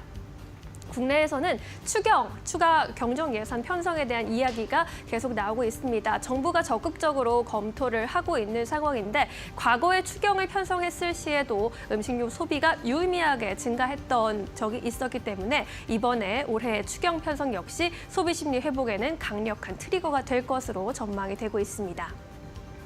그리고 판매 가격의 측면에서 봤을 때도 역시나 증가세가 나타나고 있죠. 해외에서 ASP, 판매 단가의 경우에도 정가하기가 상대적으로 용이한 상황이 된다다가 국내에서는 지난해 물가 안정 정책에 대한 기저로 인해서 가격 인상 사이클이 도래한 상황입니다. 얼마 전에도 이제 신라면의 가격이 5%가량 인상됐다라는 소식 전해드린 바 있는데요. 이 신라면 농심을 필두로 음식료 기업 안에서 줄줄이 가격 인상이 나타나고 있는 상황입니다. 이에 따라 가격 인상 사이클에 도래한 만큼 올해는 기대해볼 수 있겠다라는 전망이 나옵니다. 마지막으로 비용 측면에서는 부담이 확실히 완화될 것으로 보입니다. 환율의 경우에는 원달러 환율 상반기까지는 좀 상승 흐름 추세가 이어질 것으로 전망이 되고 있지만 하반기 들어서는 그래도 하락세 전망이 되고 있는 상황입니다. 하반기에 강달러 기조가 좀 완화되게 된다면 그동안 곡물가 가격이 하향 안정화를 보였던 것에 대한 반영이 좀 될 수 있을 것으로 보이고요. 곡물가의 하향 안정화가 지속될 것으로 예상되는 가운데 라니나의 영향이 제한적일 것으로 보이는 것 역시 곡물가 부담에서는 벗어나게 해줄 요인이 될 것으로 보입니다. 이렇게 정리를 해보면 PQC 측면에서 모두 음식료 업종에는 우호적인 환경이 또 조성이 되고 있는 가운데 밸류에이션 상승을 기대해 볼 수도 있겠는데요. 그렇다면 음식료 업종원에서 어떤 기업들을 좀 봐야 할까요? 유안타증권은 탑픽 종목으로 라면 회사들을 모두 바라보고 있습니다. 라면이 K푸드의 중심에 있다라는 분석이고요. 삼양식품에 대해서는 불닭의 질주, 황제주로 가는 길이라는 평가와 함께 글로벌 확대, 메인스트림 진입 가속을 긍정적으로 바라보고 있습니다. 불닭의 글로벌 IP가 폭발적으로 성장세를 그려가고 있다라는 겁니다. 특히나 프리미엄 전략으로 가격 주도권을 확보했다라는 분석도 내놓았는데요. 이렇게 브랜드의 평균 판매 가격을 좀 비교를 해보시면요. 일단 삼양라면과 이렇게 신라면의 경우에는 30%가량 불닭볶음면 대비 가격이 좀 낮게 형성이 돼 가고 있습니다. 그 이유는 불닭볶음면이 단순한 매운 라면이 아니라 프리미엄 제품으로 포지셔닝을 잘 해나가면서 이렇게 가격 경쟁력과 주도권을 확보하고 있기 때문이라는 분석입니다. 뿐만 아니라 이러한 수요에 대응하기 위해서 캐페 증설도 성장의 필수 조건으로 계속해서 나가고 있는 상황이죠. 밀양 2공장과 중국 공장의 증설이 예정되어 있는 상황입니다. 이에 따라서 유안타증권에서는 새롭게 커버리지를 개시했고요. 110만 원까지 목표 주가 바라보고 있습니다. 농심의 경우에도 가격 인상 효과 그리고 글로벌 해외 확장으로 재도약에 나서고 있다라는 평가입니다. 북미와 유럽 등 글로벌 시장의 공략을 본격화하고 있고요. 미국 이 공장에서의 활약 앞으로 기대가 되고 있습니다. 가격 인상과 내수 회복 모멘텀 역시나 농심을 끌어줄 것으로 보이고요. 특히나 신제품 툰바의 효과가 기대되고 있는 상황입니다. 이 툰바 출시 4개월밖에 되지 않았지만 성공적으로 출시 나타났다라는 평가 받아가고 있는 상황이고요. 국물이 없는 이 비국물 라면에서 삼양식품의 불닭볶음면과 어떤 경쟁 구도를 형성할지도 관전 포인트입니다. 유안타증권에서 49만 원으로 커버리지를 개시했습니다. 음식료 업종, 지금이 가장 맛있는 타임이라는 분석이 계속해서 제시가 되고 있습니다. 업종 안에서 종목 선별 잘 해보시는 것도 좋겠습니다. 마켓무버 전해드렸습니다. 네, 이어서 오늘 시장에서 주목해볼 만한 이슈와 종목들 함께 이야기 나눠보도록 하겠습니다. 오늘도 함께 해보도록 할게요. 지시인포의 박근호 이사 모셨습니다. 안녕하십니까? 안녕하십니까? 네, 오늘 이사님과 어떠한 시장 이야기 좀 해보면 좋을까요? 지금 바로 주제 바로 만나보도록 하겠습니다. 투자 심리가 악화되고 있고 지수 조정이 이어지고 있습니다. 코스피가 보니까는 저희 방송 시작할 때보다 주가가 조금 더 빠지고 있는 상황인데 2,540선 하회하면서 거래가 되고 있습니다. 현재 상황에서 눈여겨볼 업종은? 이라는 질문을 드려보도록 하겠습니다. 시장이 좀 빠지고 있는데 이때 이제 두 가지 스탠스입니다. 버티자 아니면은 도망가자. 원래 요건데 현금을 가지고 계신 분들이 그래도 좀 있을 것 같아요. 왜냐하면은 올해 초부터 한국 시장은 좀 멀리해야 된다라고 생각하시는 분들이 많기 때문에 그런 입장에서 봤을 때 현금 가지고 계신 분들이라면은 지금 어느 쪽 접근하면 좋을까요? 개인적으로 이제 현금도 종목이라고 생각을 하고 있거든요. 영원히 어떠한 리스크가 나도 이제 손실을 보지 않는 종목이 이제 현금인데 지금 시장 상황 봤을 때 사실 미국이랑 이 관세 전쟁을 하고 있는 대표적인 두 나라보다도 우리나라가 지금 현재 지금 상황이 좀 안 좋은 상황이죠. 실질적으로 오늘 나름대로 시초가 대비해서는 대부분 종목군들이 아마 빨간색은 보여주고 있을 거예요. 전일 대비해서 텍스트는 좀 마이너스를 좀 보여주고 있는데 이럴 때 시장에서 가장 많이 나오는 단어가 이제 경기 방어주, 내수주 이런 단어들이 가장 많이 나오는데 제가 이제 좀 약간 경험상으로 말씀을 드린다라고 하면 시장이 반등을 줄 거라는 전제 조건하에 말씀을 드리도록 할게요. 시장이 계속 빠지면은 뭐 내수주건 경기 방어주건 사실 뭐 시장에서 계속 같이 빠지는 건 뭐 당연한 상황이긴 한데 시장이 반등을 준다라는 전제 조건하에 오늘 시장에서 오르는 종목보다 오늘 시장에서 빠지는 종목을 사는 게 내일 만약에 시장을 반등 주면 아마 99.9% 반등이 더 세게 나올 거예요. 다만 시장이 계속 안 좋아진다라고 했을 때 과연 이 경기 방어주가 시장이 떨어지는 구간에서 수익을 줄 수 있느냐. 사실 오늘 흐름을 봤을 때 좀 약간 힌트를 주는 업종, 종목군들이 좀 몇 개가 있는데요. 네. 일단 대표적으로 이제 통신주가 일단 굉장히 견조했고요. 네, 그다음에 백화점 관련주 3개가 상당히 좀 견조했었어요. 아침에 일단 가장 많이 빠졌을 때도 이 백화점주들은 빠지지는 않더라고요. 그래서 차트 한번 잠깐 보면서 설명 좀 드려보도록 할까요? 대표적으로 현대백화점 보면은 오늘 뭐 그 한 0.8% 정도 강보권 보여주고 있는데 그동안에 오늘은 사실 지수만 봤을 때는 폭락장이라고 하긴 좀 힘든 구간이고 그 전에 이제 시장이 굉장히 많이 빠졌을 때 무슨 검은 무슨 요일 이 정도까지 빠진 날도 한 네. 2번 정도 있었거든요. 근데 현대백화점 지금 보시는 화면이 현대백화점 주가고요.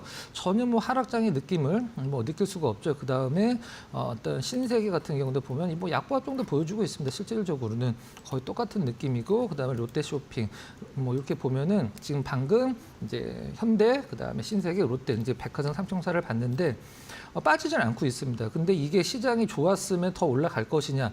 제가 봤을 땐 그 부분은 좀 약간 의문이긴 합니다만은 제가 앞서서 말씀드린 경기 방어주를 사면 시장이 안 좋을 때 덜 떨어지는 거지 거기서 수익이 나야지 의미가 있는 거잖아요. 덜 떨어지는 건 의미가 없습니다. 근데 일단 백화점 관련주들이 지금 시장으로 어떤 시장의 느낌으로 봤을 때 나름대로 시장과 상관없이 좀 꾸준한 상승을 보여줄 것으로 예상을 하고 있고요. 통신주들 같은 경우는 사실 KT가 가장 좀 무난해 보이고 그다음에 SK텔레콤, 뭐 LG U+플러스 이렇게 보시면 될 것 같은데 큰 이제 모멘텀은 없기 때문에 실질적으로 좀 약간 지루하실 수가 있어요. 무슨 말이냐면 시장이 좋아져도 통신주는 아마 시장에 대해서 아웃퍼폼하는 흐름이 좀 나오기가 힘들 거예요. 대신 떨어지지는 않는 그런 좀 느낌이 있다 보시면 될 것 같고 시장 전략을 말씀드리면 뭐 현금 있는 분들 그다음에 지금 물려 계신 분들 나눠서 말씀을 드려야 될 것 같은데 우리나라 시장이 작년에 하반기에 2분기 연속 내려오다가 1월 한 중순서부터 이제 러프하게 반등 주고 나름대로 퍼포먼스가 나왔어요. 그러다가 다시 죽고 있는 상황인데 일단 뭐 고가권에서 굉장히 큰 가격에 물려 계신 분들은 뭐 손절이 의미가 없고 일단 1월 달에 어떤 자체 모멘텀으로 시장이 올라서 따라서 오른 종목분들도 많이 있을 거고 자체적인 뭐 저평가라든지 아니면 실적 개선세라든지 이런 것들로 인해서 오르다가 최근에 이제 시장 하락과 더불어서 조정을 주고 있는 종목군들은 좀 뭐 기회 봐서 조금 더 추가 매수를 하시는 걸 좀 권한해 드리고 현금을 내가 그냥 갖고 있고 싶다 그러면은 저는 미국 시장 돌아 나가는 것을 확실하게 확인을 하고 좀 약간 현금 비중을 좀 싣는 것을 권해 드리도록 하겠습니다. 백화점이나 통신 보셔야 된다고 말씀하셨는데 네. 오늘 하락이 크게 나온 업종들 중심으로 반등이 나올 거다. 반등이 나온다면. 시장이 반등이 나오면 그렇죠. 네. 그러면은 통신주랑 백화점 쪽은 그냥 안정적인 선택으로 보시는 걸까요? 일단 시장에서 지금 좀 평가가 좀 괜찮고요. 시장에 흔들림이 있었을 때 굉장히 견조한 느낌이, 그러니까 뭐 쉽게 얘기하면 그런 것 같아요. 그 약간 어떤 피난처 같은 느낌을 이제 삼는 그런 느낌이죠. 이렇게 약간 매크로 변, 그러니까 매크로 시장이 변수에서. 안 좋아도 피난처는 그냥 계속해서 보는 게 맞겠다. 네네. 알겠습니다. 좀 정리해보고 가도록 하겠습니다. 오늘 좀 지수가 조정입니다. 사실 제가 박근호 이사님한테 이런 질문을 드렸을 때는 뭐 방산주 아니면은 최근에 뭐 올라갔다가 내려갔던 화장품주 이런 것들 얘기하실 줄 알았는데 시장이 어렵다 보니 그래도 안정적인 쪽 근데 시장이 떨어지더라도 크게 흔들리지 않는 백화점 쪽 그리고 통신 쪽을 보는 게 좋겠고 특히나 백화점 가운데서는 최근에 또 투자 의견 전해주셨던 현대백화점 여전히 오늘 시장에서도 6만 원대 0.8% 상승세로 거래가 되고 있습니다. 이렇게 시장을 이기는 종목들 하나하나씩 잘 체크해 나가시면 좋을 것 같습니다. 그렇다면 오늘 시장에서 또 주목할 만한 이슈들 어떤 것들이 있을까요? 이어서 신민용 앵커가 정리해드립니다. 네, 마켓무버 이번에는 지난 1, 2월의 항공 데이터를 좀 분석해 보도록 하겠습니다. 연초의 항공 데이터는 연간의 흐름을 좀 가늠해 볼 수 있기 때문에 분석해 보는데 의미가 있을 텐데요. 일단 지난 2월, 1, 2월 살펴봤을 때 여행 수요는 견조했던 것으로 정리해 볼 수 있겠습니다. 2월을 기준으로 인천공항의 여객 수송 실적은 597만 명 기록하면서 전년 동월 대비 5% 증가세를 기록했고요. 1, 2월을 합산해서 여객 수송 실적을 내보니 전년 동기 대비 9%대 오름세 확인됐습니다. 환승 여객수 역시 8%대 성장세를 이뤄냈습니다. 나라별로도 좀 살펴보자면요. 1, 2월 사이에 일본과 동남아, 중국의 여객 수송량 각각 12%, 3%, 24% 증가했습니다. 중국의 경우에는 무비자 입국을 허용한 것이 확실히 영향이 있었던 것으로 보입니다. 중국 여행객이 설 연휴를 중심으로 좀 급증하면서 여객 수용량 역시 24%대 급등세를 기록했습니다. 뿐만 아니라 미주와 유럽 지역 역시 여객 수용량 12%대 3%대 견조한 오름세를 보였습니다. 항공사별로도 좀 살펴보자면요. 확실히 대한항공과 아시아나항공의 이 대형 항공사가 LCC와 비교했을 때 높은 성장률을 기록했습니다. 여객 수속 실적 측면에서 두 자릿수대 성장률을 이뤄낸 건데요. 반면에 제주항공의 경우에는 확실히 지난해 있었던 사고 여파 그리고 다른 항공사들의 합병 움직임 속에서 좀 뒤로 밀리면서 15%대 급감하는 성장률을 기록하기도 했습니다. 현재 항공업계의 트렌드는 합병이라고 볼 수 있을 텐데요. 대한항공과 아시아나항공이 합병하면서 대한항공과 아시아나항공의 LCC인 진에어 그리고 부산, 에어 서울이 통합 진에어로 출범하는 과정을 앞두고 있습니다. 역시나 TA항공 역시 대명 소노시즌이 인수하면서 새로운 출발을 예고하고 있는 상황인데요. 이러한 가운데 제주항공 역시 업계 부진을 탈피하기 위해서 인수합병, M&A를 해나가는 것 아닐까라는 전망도 조심스럽게 제기돼가고 있는 상황입니다. 이렇게 급변하고 있는 상황 속에서 어떤 종목에 좀 집중해보는 게 좋을까요? 하나증권은 한국 산업에 대한 오버웨이트 비중 확대 의견 가져가면서 탑픽으로는 대한항공 유지해내고 있습니다. 2025년 초에 여객을 봤을 때 대형 항공사, 전통 항공사 위주로 뚜렷한 신장세를 보였다라는 것이 가장 큰 이유이고요. 항공 수요에 대한 우려는 일정 부분 완화되고 있다고 평가했습니다.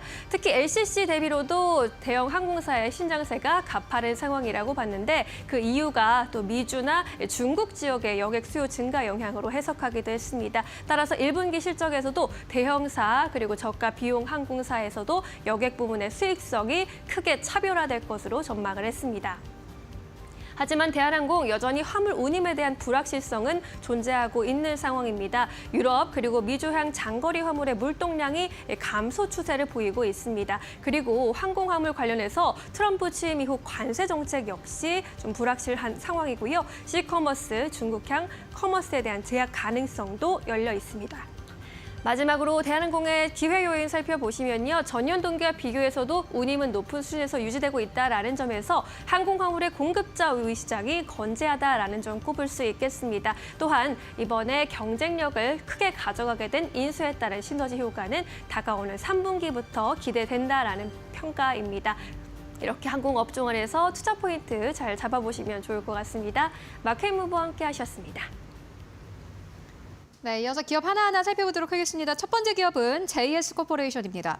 이 주가를 봤더니 사실 뭐 이번 해 들어서 크게 움직임이 없다가 최근 몇 거래일 동안 주가가 좀 크게 움직였고요. 오늘도 시장을 이기는 종목이네요. 코스피에 상장된 기업이고 16,000원대에서 거래가 되고 있습니다. 이 기업 어떻게 보실까요? 네. JS코퍼레이션 이제 낯설 수도 있는 기업이라 이제 잠깐 기업 내용 설명을 드리면 가방 만드는 기업입니다. 맞습니다. 우리 여자분들이 좋아하시는 백 만드는 기업이라 보시면 될 것 같은데, 그러니까 뭐 화장품에서 이제 코스맥스처럼 다른 상표를 대신 만들어주는 OEM, ODM 기업이죠. 기업 규모도 꽤 있는 상황이고요. 최근에 나온 리포트에서 뭐 잠깐 설명을 드리면은 저평가라고 우리가 보통 표현을 하기도 하는데 극단적인 저평가라는 단어를 쓰면서 JS코퍼레이션이 시장에서 굉장히 좀 저평가 어떤 평가를 받고 있다라고 이제 표현을 하고 있더라고요. 작년에 주당 1,000원 그 배당을 했는데 시가 기준으로 거의 7%가 넘는 배당이었죠. 이제 배당성이 굉장히 올라가고 있는 상황이고 하얏트 호텔을 갖고 있는 기업입니다. 하얏트 호텔을 샀을 때 7,300억에 이제 샀는데 실질적으로 이제 가격이 좀 올라서 시장에서 1조 원 이상 평가를 받고 있기 때문에 하얏트 호텔을 살 때 이제 어떤 부채가 굉장히 많이 늘었었는데 그것과 관련돼서 이제 이자 비용 계속적으로 영업이익이 늘고 있는 기업이기 때문에 회사 입장에서는 우리가 버는 돈에서 하얏트 호텔 인수로 인한 이자 비용은 한 20%면은 우리가 다 충분히 감당할 수 있다라고 밝히고 있는 상황이라 특별히 리스크는 없다라고 보시면 될 것 같아요.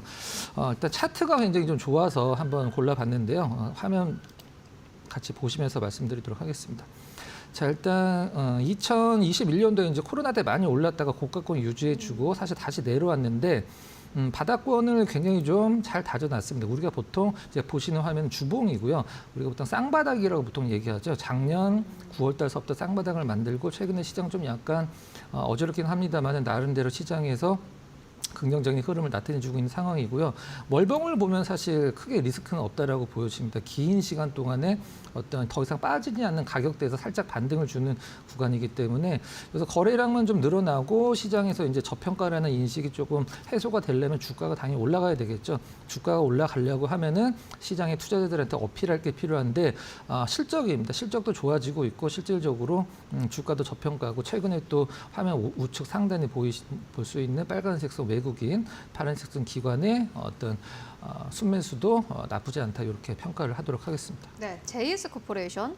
확실히 시장이 가성비 중요하게 생각하는 듯합니다. 일단 뭐 코로나 이후로 진짜 시장에서 관심이 꽤 멀어졌던 그러한 기업이기도 한데 실적이 턴어라운드 하고 있는 상황이고 주가는 완전 바닥권에 있기 때문에 앞으로 좀 주목해보자라는 의견으로 정리해보도록 하겠습니다. 그래서 두 번째 기업 만나보도록 하겠습니다. 세이브존 INC 가지고 오셨는데 이 기업 어떻게 보고 계세요? 네, 이제 앞서서 설명드린 JS 코퍼레이션과 더불어서 이제 시장에서 극저평가로 평가받고 있는 기업인데요. 근데 네. 왜 저평가일까요? 앞에 것도 그렇고. 뭐 그 성장 모멘텀이 없는 것 같습니다. 실질적으로는. 근데 이 기업이 왜 이제 시장에서 저평가라고 평가를 받냐면 땅이랑 건물 가치가 지금 엄청난 상황이죠. 그리고 지금 현재 마트도 갔고 백화점도 갔는데 딱 중간에 낀 포지션이거든요. 세이브존 IC가 백화점도 아니고 마트도 아니고 중간 포지션인데 이 기업이 이제 시장에서 관심을 받을 때도 됐습니다. 근데 거래량이 좀 약간 부족하긴 한데 이 기업이 실제 부동산 청산 가치가 얼마 정도 되냐면은 이 기업이 이제 IMF 때서부터 2000년대까지 부동산을 계속 사들였는데 이제 점포도 해당하겠죠. 한 4천억이 좀 넘거든요. 4,080억 장부 가치로. 근데 지금 평가 가치로 3조 원이 넘는다라고 이제 평가를 하고 있거든요. 근데 지금 시가총액은 이제 1,000억이 안 되는 상황이라 이걸 이제 이런 식으로도 표현을 하더라고요. 2,000원에 세이브존 IC를 사서 이 기업이 청산을 하면 주당 7만 원을 받는다. 이렇게 평가를. 너무 그거는 좀 주주들에게 굉장히 실례인 이야기인 것 같은데요. 네. 제가 하는 게 아니라 실질적으로 이제 네. 그 오피셜로 나온 내용이고요.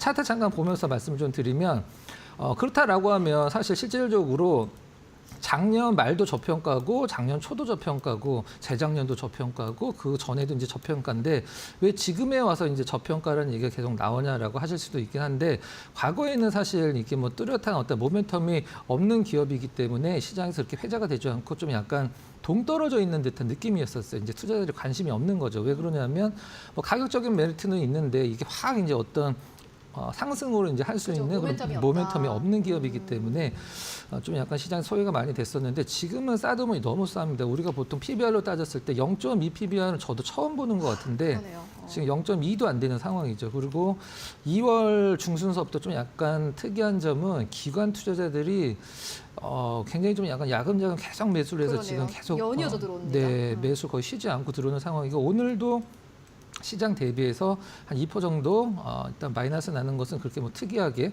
어떤 뭐 많이 떨어진다라고 좀 보기 힘들기 때문에 이제 정리를 하면 백화점도 같고 마트도 같고 내수주들이 좋은데 세이브존 IC도 내수주 중에 하나로 그다음에 엄청난 부동산의 가치 이런 거 봤을 때 지금은 누가 봐도 이제 저평가를 물려도 크게 걱정이 없는 자리다 이렇게 좀 판단하도록 하겠습니다. 네, 요즘에는 이제 가지고 오시는 종목들이 다들 좀 트렌드가 그런 것 같습니다.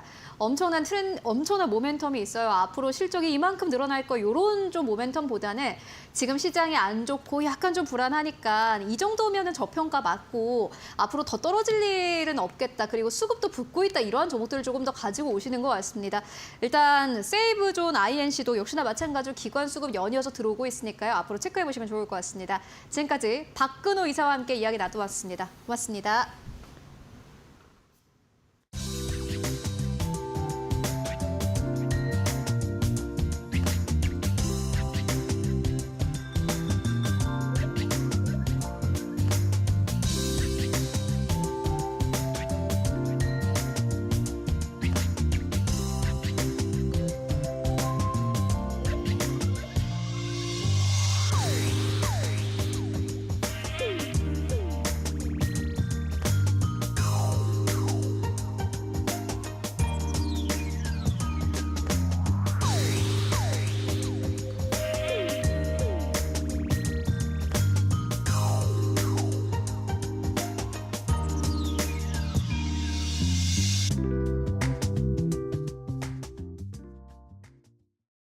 네, 마감 전략 세워보도록 하겠습니다. SK증권 이천 PB센터로 가보도록 하겠습니다. 소영훈 차장 연결되어 있습니다.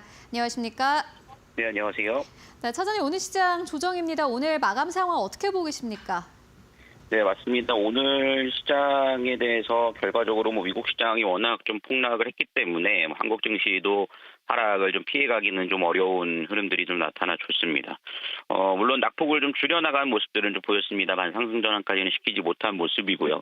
트럼프의 관세라든가 경제적인 스탠스 자체가 시장에서 좀 부담으로 작용을 했고 그로 인해서 그동안에 좀 상승을 이끌었던 종목들에 대한 하락세가 좀 크게 나타나주는 모습이 나타나줬다라고 볼 수 있겠습니다.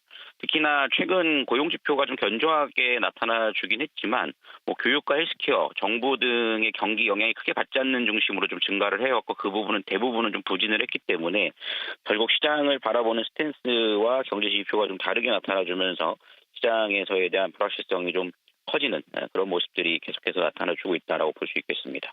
이러한 흐름들은 당분간 좀 지속될 가능성이 높다라고 좀 판단을 하고 있고요. 다만 오늘 좀 개파락 이후에 좀 하락폭을 좀 줄여나가는 모습들을 보여줬다는 점을 감안해 보면 지속적으로 큰 폭의 하락이라기보다도 여전히 좀 박스권에 대한 시각은 좀 변함없다라고 말씀을 좀 드릴 수 있겠습니다. 그렇지만 외국인들이 선물 중심으로 해서 매도폭이 좀 크게 나타나주는 모습이고 그로 인해서 코스피 지수가 좀 2,500선에 대한 지지 여부들을 좀 확인하시는 게 맞지 않을까라는 생각을 하고요. 매매가 상당히 좀 어려운 시기입니다. 그만큼 좀 종목과 업종을 압축을 해야 될 텐데 지금 상황에서는 조금 유일하게 좀 안정적으로 볼 수 있는 업종이라고 한다라면 방산이지 않을까라고 생각을 하고 있습니다. 그래서 한국항공우주 여전히 좀 견조한 흐름들 보여주고 있고 후속주로서 풍산까지도 말씀을 드렸는데 풍산에 대한 부분들을 여전히 좀 관심권에 두시면서 좀 어려운 시장을 좀 대비해 나가시는 게 맞지 않을까라고 생각을 하고 있습니다. 말씀처럼 오늘은 미국 증시의 영향을 그대로 받고 있는 하락장입니다. 다만 여전히 모멘텀 있는 업종이 있습니다. 방산 쪽. 계속해서 투자 의견 전해주고 계시는 한국항공우주, 풍산 쪽은 여전히 지켜보자라는 의견으로 오늘 정리해보고 가도록 하겠습니다. 말씀 고맙습니다. 네, 감사합니다. 네, 화요일 장마감 동시호가 구간 지나가고 있습니다. SCTV 이민 전문가와 함께 마감의 기술 함께 하겠습니다. 어서 오세요. 네, 안녕하세요. 네. 낙폭을 좀 줄이긴 했지만 그래도 여전히 양지수 하락세. 오늘은 좀 당황스럽고 어렵게 느껴지는 분들이 많으셨을 하루입니다. 오늘 시장 어떻게 바라보셨을까요?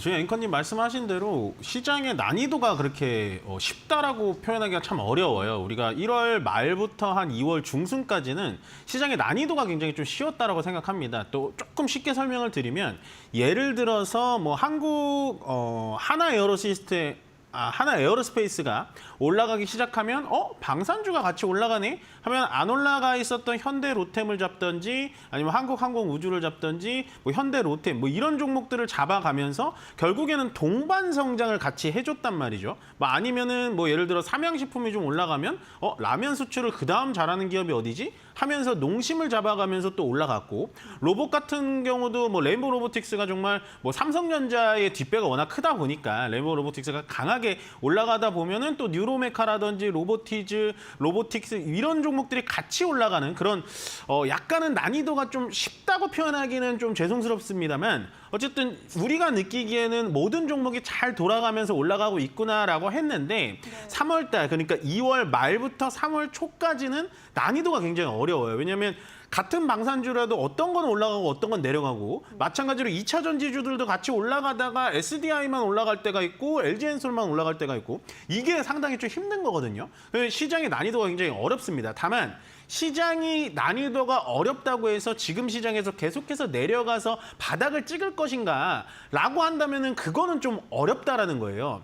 오늘 모든 종목이 정말로 많이 떨어졌어요. 코스피와 코스닥 합쳐가지고 거의 1,900종목 가까이 떨어졌다라는 건 내가 보유하고 있는 종목이 10종목이면은 한 종목이 올라갔을까 말까 한 확률입니다. 그러니까 오늘은 내가 많이 떨어졌냐 안 떨어졌냐가 중요한 게 아니라 어느 정도의 낙폭으로 크게 떨어졌냐 아니면 얕게 떨어졌냐 떨어지는데도 조금 버틸만한가라고 생각을 해주시면 좋을 것 같고요. 그만큼 시장은 오전보다는 전약 후강의 느낌을 보시면 될 것 같아요.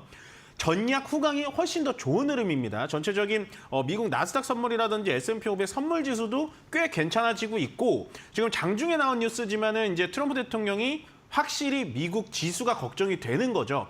본인이 운영하고 있는 트루스 소셜에 일론 머스크에 대한 얘기를 남기면서 테슬라가 15%나 빠졌으니까 남기면서 나도 테슬라 차량을 구매할 거다. 여러분들도 국민들도 응원을 해줘라. 뭐 이런 식으로 남긴다라는 건 결국에는 어저께 낙폭이 컸던 것도 트럼프 대통령이 좀 부담이 될 거예요. 왜냐하면 미국이라는 나라는 우리나라랑 좀 다르게 중간 선거라는 게 2년 안에 있거든요.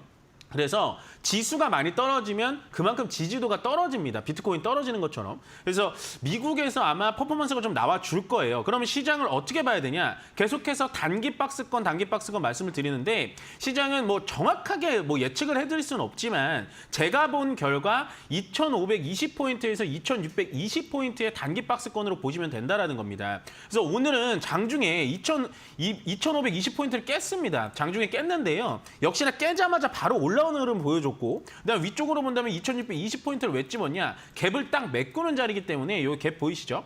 ገብ을 딱 메꾸는 표시를 해드릴게요.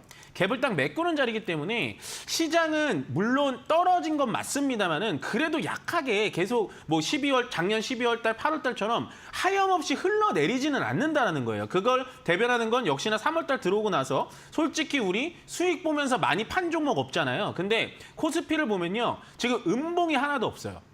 시장 지수는 떨어지고 있는데 음봉이 하나도 없다는 건 시장은 글로벌 이슈 때문에 오전엔 떨어졌다가 다시 그만큼 끌어올린다는 겁니다. 오늘도 그 시가총액 상위 종목들을 좀 찾아보면요. 삼성전자, 하이닉스가 초반엔 좋진 않았어요. 뭐 많이 떨어지진 않았습니다만 둘 다 지금 어쨌든 또 양봉으로 바뀌었단 말이에요. 삼성전자 현재 보합이긴 한데 삼성전자, 하이닉스가 그래도 시장을 좀 끌어주는 그런 흐름으로 생각을 해주시면 된다. 그러니까 시장은 조금은 좀 힘듭니다만은 난이도가 높습니다만 이럴 때 가장 쉬운 방법은 그냥 가지고 계신 종목을 일단은 홀딩하는 작전으로 가져가시는 게 가장 현명하다라고 정리해드리고 싶습니다. 네.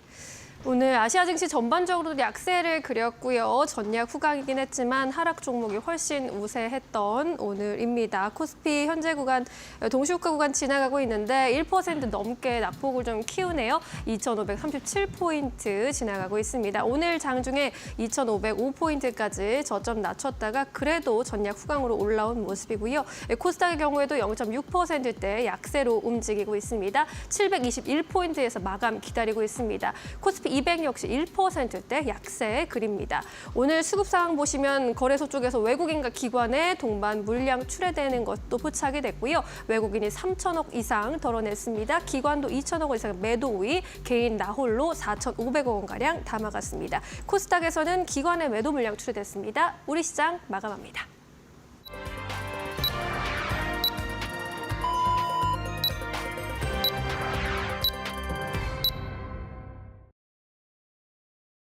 네, 3월 11일 화요일장 모두 다 마무리가 됐습니다. 여러분들 오늘도 고생 많으셨습니다. 시장의 변동성은 시간이 가면 갈수록 계속해서 커지고 있습니다. 오늘도 역시나 마찬가지로 시장의 변동성은 꽤나 컸는데요.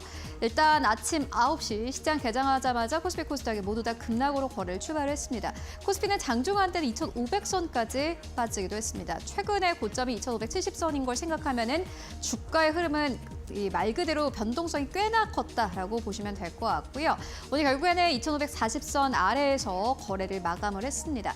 지수 마감 상황 어떨까요? 바로 만나보도록 하겠습니다. 보시다시피 코스피 1.2% 넘게 빠졌습니다. 2,537선에서 종가 형성했고요. 코스닥은 0.6% 하락세 721선에서 종가를 형성했습니다. 달러에 대한 원화의 환율도 불안합니다. 오늘 외국인 투자자들이 코스피 안에서 3천억 원 넘게 팔고 나간 탓일까요? 외환 시장의 변동성도 커지고 있는데 전 거래일 대비해서 거의 6원 가깝게 올랐고요. 1,458원대까지 올라가면서 오늘 시장 마감을 했습니다. 외환 시장도 불안했고 위험자산 시장 불안했고요. 이뿐만이 아니라 오늘 암호화폐 시장도 역시나 마찬가지로 전반적으로 좀 급락 흐름이 계속해서 나오고 있는 상황입니다. 대형주들의 흐름은 어땠을지 지금 바로 1위권부터 5위권까지를 만나보시죠. 오늘 1위권부터 5위권까지 낙폭이 좀 큰 거를 확인하실 수 있는데 다만 옆으로 차트 나가고 있습니다만 일봉에서 오늘 전부 다 양봉으로 거래 마감한 모습 함께 확인하실 수 있습니다. 결국에는 장 초반 비교에서 낙폭을 그나마 줄여낼 수 있었던 게 이러한 매수세 덕분이 아닐까 싶습니다. 장 초반 비교에서는 그래도 반발 매수세, 저가 매수세가 강력하게 들어왔습니다. 이 정도면 저점이지라는 인식이 시장에서는 조금 팽배했던 듯하고요. 삼성전자 약보합권, SK하이닉스 약보합권 약보합권입니다. IT 투톱 기업들이 특히나 약보합에서 거래를 마감한 것이 특징이라고 할 수 있겠는데 오늘 몇몇 증권사에서는 삼성전자, SK하이닉스 지금 무조건 살 때다라는 투자 의견을 함께 제시하기도 했습니다. 삼성전자는 특히나 주가 자체가 워낙 낮은 레벨에 위치하고 있어서인지 최근 들어서 긍정적인 리포트가 나오고 있는 상황이고요. 1분기 실적이 우리가 생각했던 것보다 좋을 수 있고 이제 최악을 딛고 반등을 준비하고 있다라는 이런 요지의 리포트 계속해서 나오고 있습니다. 오늘 주가가 이를 그대로 반영한 듯합니다. LG엔솔이 2% 넘게 조정, 간밤에 테슬라가 15% 넘게 내렸고요. 애프터 마켓에서도 역시나 테슬라는 3% 넘는 추가 조정이 나왔습니다. 이러다가 테슬라가 $200 선이 깨지는 것이 아니냐라는 걱정이 나오고 있는 가운데 한국 시장에서 2차 전지 쪽도 역시나 저가 매수에 대한 매력도가 높은 업종 중 하나였는데 오늘 시장에서는 함께 테슬라가 좀 무너지는 양상이었고요. 삼성 바이오로직스도 1% 넘게 조정, 106만 원대까지 떨어졌습니다. 현대차 1% 가깝게 하락입니다. 이어서 6위권부터 10위권까지는 함께 만나보시죠. 네, 6위권부터 10위권까지 셀트리온 강보합권, 기아 강보합권입니다. 셀트리온 쪽으로는 여전히 좀 시세 살아있고요. 우선주 1% 하락, 네이버도 1% 하락, 한화 에어로스페이스 오늘 3% 넘게 조정받았는데 1위권부터 10위권까지 일봉 차트 보셨을 때 모두 다 양봉입니다. 그만큼 투자 심리가 좀 살아있다라고 보시면 될 것 같고요. 이어서 코스닥 1위권부터 5위권까지는 함께 만나보시죠. 네, 코스닥 1위권부터 5위권까지 알테오젠 약보합권, 에코프로 BM은 3% 넘게 조정이었습니다. HLB가 1.6% 넘게 하락하면서 오늘 외국인과 기관주 매도 물량이 나왔고요. 에코프로는 2.8% 넘게 조정입니다. 최근 들어서 에코프로 계열사들이 좀 급반등이 나왔는데 오늘 빠르게 차익을 실현하는 모습 보여줬고 주가의 흐름도 좋지 않았습니다. 알테오젠의 경우에는 사실 최근 들어서 주가 흐름이 좀 좋지 않았음에도 불구하고 오늘 시장에서 약보합 수준에서 전체 지수를 좀 이기는 종목이기도 했고요. 레인보 로보틱스 보합권 31만 2,500원대에서 종가 형성했습니다. 이어서 6위권부터 10위권까지를 함께 만나보시죠. 네, 6위권부터 10위권까지 그 와중에도 계속해서 잘 가는 기업이 있습니다. 바로 휴젤인데요. 어제장에 이어서 오늘까지 2% 넘는 추가 상승세 32만 9천원대까지 올라갔고요. 삼천당제약 약보합권 클래시스 1% 넘게 조정, 리가캔바이오도 1% 넘게 조정, 파마리서치 0.6% 넘게 상승하면서 31만 8,500원대 이제 10위권까지 진입했습니다. 1위권부터 10위권까지 봤을 때 코스피 코스닥 분위기는 비슷합니다. 주가는 좀 빠지는 종목들이 많이 나오더라도 양봉으로 거래를 마감한 기업들이 더 많다라는 것을 확인하실 수 있습니다. 네, 지금까지 코스피 코스닥 마감 상황 함께 살펴보고 왔습니다. 네, 이렇게 동반 약세 그린 화요일장이었습니다. 코스피의 경우에 반등한 지 하루 만에 다시 약세로 전환하는 모습 나타냈고요. 코스닥은 4거래일 연속 하락세입니다. 계속해서 이번 주 투자 전략 세워보도록 하겠습니다. 전문가님, 조금 불안하게 느껴지기도 하거든요. 그쵸. 내일장 전략 어떻게 세워볼까요? 일단은 이번 주에 좀 중요한 일정들이 좀 많이 남아 있어요. 그 일정이 앞에 있는 와중에 미국에서 갑자기 이런 시한폭탄이라고 하기도 좀 뭐하지만 어쨌든 폭탄 발언이 쏟아지면서 장을 좀 한번 흔들어주긴 하거든요. 일단 첫 번째로 우리가 계획을 좀 잡아봐야 되는 건 미국의 CPI 지표 발표가 있습니다. 우리나라 시간으로 내일 오후 9시 한 30분경에 발표가 날 것 같기 때문에 아마 내일 시장까지는 반영이 좀 덜 되고 제가 예측하기로는 미국 시장이 좀 반등을 하기 시작하면 내일은 오늘 떨어진 만큼은 좀 반등이 나올 거예요. 그 다음부터 이제 본 게임이 시작되는 거는 아마도 수요일 지나고 목요일 오전장부터 좀 시작되지 않을까라는 생각을 합니다. 이번에 CPI 지표가 굉장히 좀 중요하다라고 느껴지는 게 뭐냐면 원래 중요도가 한 60에서 70 정도였다면 제가 봤을 때는 한 95에서 99까지 올라간 것 같아요. 그 이유는 딱 하나입니다. 결국에는 결국에 미국 행정부 대통령께서 경기 침체에 대해서 발언을 완벽히 인정하는, 좀 은연중에 좀 인정하는 발언을 했기 때문에 소비자 물가 지수가 여기서 더 높게 나온다면은 금리 인하 시기도 늦춰지게 되고 결국에 경기 침체도 또 늦춰지게 되면은 우리가 항상 우려하는 스태그플레이션까지 오게 되기 때문에 상당히 이번 CPI 지표가 중요하다. 거기다가 이제 1월달 CPI 지표가 원래 예상치가 2.9%였는데 3%대로 올라갔단 말이에요. 2와 3의 차이는 제가 경제학 지표로도 설명을 드렸다시피 굉장히 중요한데요. 다만 그나마 이제 다행인 건 제 예측대로라면 2월달 CPI 지표는 2%대로 좀 낮춰지지 않을까라고 좀 조심스럽게 예측을 해봅니다. 일단 첫 번째 이유는요. 1월달 CPI 지수는 산불에 대한 이슈가 있어서 좀 단기적인 이벤트성인 CPI 지표가 쫙 좀 올라간 부분이 있고 2월달에는 1월달에 지표보다 좀 낮아질 만한 이유가 뭐냐면 첫 번째 유가가 많이 떨어졌죠. 아시다시피 WTI 유가가 많이 떨어졌기 때문에 그 WTI 유가 자체가 CPI에 차지하는 비중이 굉장히 많습니다. 그래서 아마도 1월달 CPI보다는 좀 떨어질 것 같고요. 다만 이제 시청자님들께서 이렇게 생각하시는 분들이 있어요. 아, 미국 계란값이 때문에 계란값이 너무 올라가가지고 CPI 또 올라가는 거 아닌가 좀 두려운데요라고 생각하시는 부분이 있는데 우리가 이번에 봐야 될 건 원래 미국 연준이 현재 금리에 대해서 보는 건 CPI가 있고 근원 CPI라는 게 있어요. 말 그대로 이 근원 CPI에는 식품 지수가 들어가질 않습니다. 그러니까 계란값에 대해선 이 근원 CPI가 비중이 없기 때문에 근원 CPI만 좀 체크를 해본다면 만약에 이번에도 CPI 지수가 한 2%대로 내려간다면 그나마 지금 좀 부담스러웠던 미국 증시가 다시 한번 좀 리바운딩 할 수 있는 좀 기회가 되지 않을까 싶기도 하고요. 그렇게 CPI를 좀 체크를 해봐야 될 것 같고 또 이번 주 이제 14일 날 현지 시간 14일까지 국회 임시 예산안이 남아 있습니다. 우리나라 얘기가 아니라 미국 얘기인데요. 미국은 한 해에 이 예산안을 짭니다. 예산안을 짜가지고 그거를 상원과 하원에 통과를 시켜가지고 그 예산안대로 정부를 운영을 해요. 근데 우리가 좀 복기를 해보면 작년 12월 20일 날 뭐 정부 셧다운 얘기 나오고 막 이런 얘기가 나오잖아요.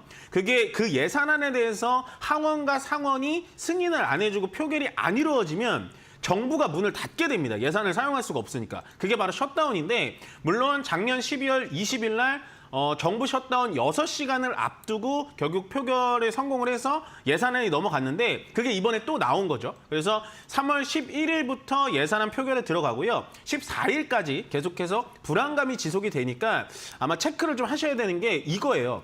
상원과 하원, 레드 스윕이라고 해가지고 트럼프 대통령의 공화당이 다 휩쓸긴 했어요. 그래서 하원 쪽의 표결은 문제가 없습니다, 1차적으로. 근데 상원 쪽의 표결이 좀 문제가 있어요. 상원이 공화당이 수입을 하긴 했는데 53석을 가지고 있는데 실질적으로 이 예산안을 통과하기 위해서는 60석까지 필요하기 때문에 이 남은 7석 때문에 혹시나 예산안이 또 지체가 되면 3월 14일 날 약간은 또 증시가 단기적으로 또 타격이 오지 않을까라는 점까지만 체크를 하고 이번 주 지내시면 좋을 것 같습니다. 네, 일단 내일 아침에 나올 미국의 CPI 발표 중요하게 봐야 할 것 같습니다. 투자자 입장에서는 2%대로 낮춰지기를 좀 기대해 봐야 했고요. 그리고 미국의 정부 임시 예산안의 통과 여부도 함께 주시해 보시죠. 이렇게 투자 포인트들 좀 짚어봤고요. 내일장 시초가 공략주로 넘어가 보도록 하겠습니다. 내일장에 만약에 시초가로 공략을 한다면 어떤 종목으로 베팅해 보겠습니까? 편안한 투자가 제일 좋겠죠. 이동이 없고 그다음에 주가가 저평가고 싼 게 무조건 좋지는 않거든요. 네. 그러니까 무조건 주가가 싸다 그래서 좋은 주식이라는 건 없어요. 그러면은 정말 주식 투자가 쉽겠죠. 근데 내가 생각했던 것보다 주가가 너무 많이 내려와 있고 이제부터 이 기업이 퍼포먼스가 낼 수 있는데 라는 기업들을 잘 찾으셔야 돼요. 그래서 오늘 제가 갖고 온 건 조금 편안한 투자처가 될 수 있는 솔루엠이라는 종목입니다. 아마 많은 분들이 좀 아실 수 있습니다. 이 솔루엠이라는 종목은요. 원래는 삼성전자의 부품 사업부였어요. 그러다가 2015년도에 이제 삼성전자에서 분리가 돼가지고 따로 이제 회사를 차려서 나온 겁니다. 그러니까 일단은 기술력에서는 합격점을 좀 줄 수가 있겠죠. 그러면 솔루엠이 주로 하는 사업이 뭐냐? 전자 가격 표시기라는 건데요. 영어로 말하면 ESL이라는 겁니다. 우리가 요즘에 뭐 편의점을 가시든지 아니면은 제 기억에는 롯데슈퍼나 뭐 홈익스프레스 이런 데 가면 가격이 옛날에는 이제 종이로 표시되어 있는데 요즘엔 전자기로 표시가 되잖아요. 바로 그거를 하는 업체예요. 근데 그게 생각보다 별로 뭐 얼마나 될까 이렇게 싶으신데 요즘에 ESG 경영이다, 종이를 줄여야 된다, 페이퍼리스를 하자 이런 얘기가 많이 나오다시피 전자가격 표시제가 거의 의무화가 되고 있어요. 물론 우리나라는 아직은 아닌데 유럽 쪽하고 미국 쪽은 거의 전자가격 표시제를 쓰고 있다 정도를 체크를 하시면 될 것 같고 그러면 이 솔루엠이 만드는 ESL이 얼마나 시장 파괴력이 있냐. 시장 점유율로 따진다면요. 2위에서 3위 정도 왔다 갔다 합니다. 물론 세계 1위 기업은 스웨덴의 프리센이라는 기업이고요. 2위는 프랑스의 이마고 탁이라는 그런 업체가 있긴 한데 이 솔루엠이 가성비와 그다음에 이 기술력이 좋아가지고 점점 점유율을 확대하고 있다 정도를 체크를 하시면 될 것 같고요. 제 화면으로 좀 바꿔주시면 솔루엠이라는 종목을 좀 볼게요. 일단 솔루엠 종목을 제가 이렇게 나눠드리겠습니다. 여기가 2024년이거든요. 2024년도에 주가가 어떻습니까, 여러분들? 계속해서 주주주주 흘러내리죠. 예. 기업이 좋은데 왜 주가가 흘러내릴까요? 요 이유를 정확하게 알면 기다릴 수 있는 기업이에요. 24년도에 어떤 일이 있었냐? 일단은 솔루엠이 주력으로 매출을 하는 데에서 약간 그 반품이 들어왔어요. 그러니까 제품이 안 좋아서 반품이 아니라 가격 표시제의 그 색깔이 3컬러에서 4컬러로 바꾸자 이래가지고 그게 약간 좀 바꾸는 과정에서 매출에 좀 쉽게 말해서 좀 펑크가 났고 그 다음에 중동 전쟁이 계속 일어나다 보니까 이 수에즈 운하가 막혀버렸죠. 그래서 희망봉으로 돌아가면서 연간 100억 원의 물류비가 추가로 들어서 24년도에는 딱히 매출도 없는데 돈 쓸 때만 많았다라고 생각을 하시면 될 것 같고 그럼 25년도에 왜 좋냐? 방금 말씀드렸던 3컬러에서 4컬러로 제품이 바뀌면서 여태까지 밀렸던 수주가 지금도 또 들어오고 있어요. 거기다가 지금 수에즈 운하가 좀 풀리고 있죠. 중동 쪽이 트럼프가 징정을 시키면서 수에즈 운하도 좀 풀리고 있는 경향도 있기 때문에 앞으로의 발전 가능성은 충분히 있다라고 생각을 하시면 될 것 같고 저는 솔루엠이라는 기업은 좀 길게 보시거나 올해만 딱 보시더라도 나쁜 기업은 아니다라고 정리해드리고 싶습니다. 네. 이렇게 솔루엠에 대한 투자 포인트 짚어봤습니다. 전자 가격 표시기 ESL 사업 확대에 따른 실적 개선 기대되고 있고요. 가성비 그리고 기술력으로 점유율 확대해 나가고 있습니다. ESG 경영 기조 안에서 눈여겨볼 만한 기업인 것 같은데 그렇다면 가격 전략은 좀 구체적으로 어떻게 세워보는 게 좋을까요? 네, 방금 차트 보여드렸지만 일단은 지금 바닥을 3번째 찝고 있습니다. 바닥 찝는 가격은 제가 봤을 때 17,000원 라인에서는 손절 라인으로 좀 접어보시면 될 것 같고요. 그보다 더 떨어지면 이제 많이 밑으로 떨어지니까 17,000원 정도 손절 라인 딱 좀 짜릿하게 잡으시고 위쪽으로 올라가면은 이번에 올라갈 땐 전고점은 그냥 넘어갈 것 같아요. 전고점 위쪽으로 올라가면 25,000원까지 보이니까요. 편안한 투자처인 솔루엠을 선택하시는 건 괜찮다라고 보여집니다. 네, 솔루엠에 대한 분석이 증권가에서도 좀 긍정적으로 나타난 바 있습니다. 향후 3년간 연평균 매출액 10%, 영업이익 9%대 성장을 달성할 것으로 KB증권 측에서 또 전망을 하기도 했는데요. 목표가 25,000원, 손절가 17,000원으로 함께 바라보시면 좋겠습니다. 오늘 시초가 공략주로는 솔루엠 함께 짚어봤습니다. 오늘 말씀 여기까지 듣겠습니다. 고맙습니다. 네, 고맙습니다.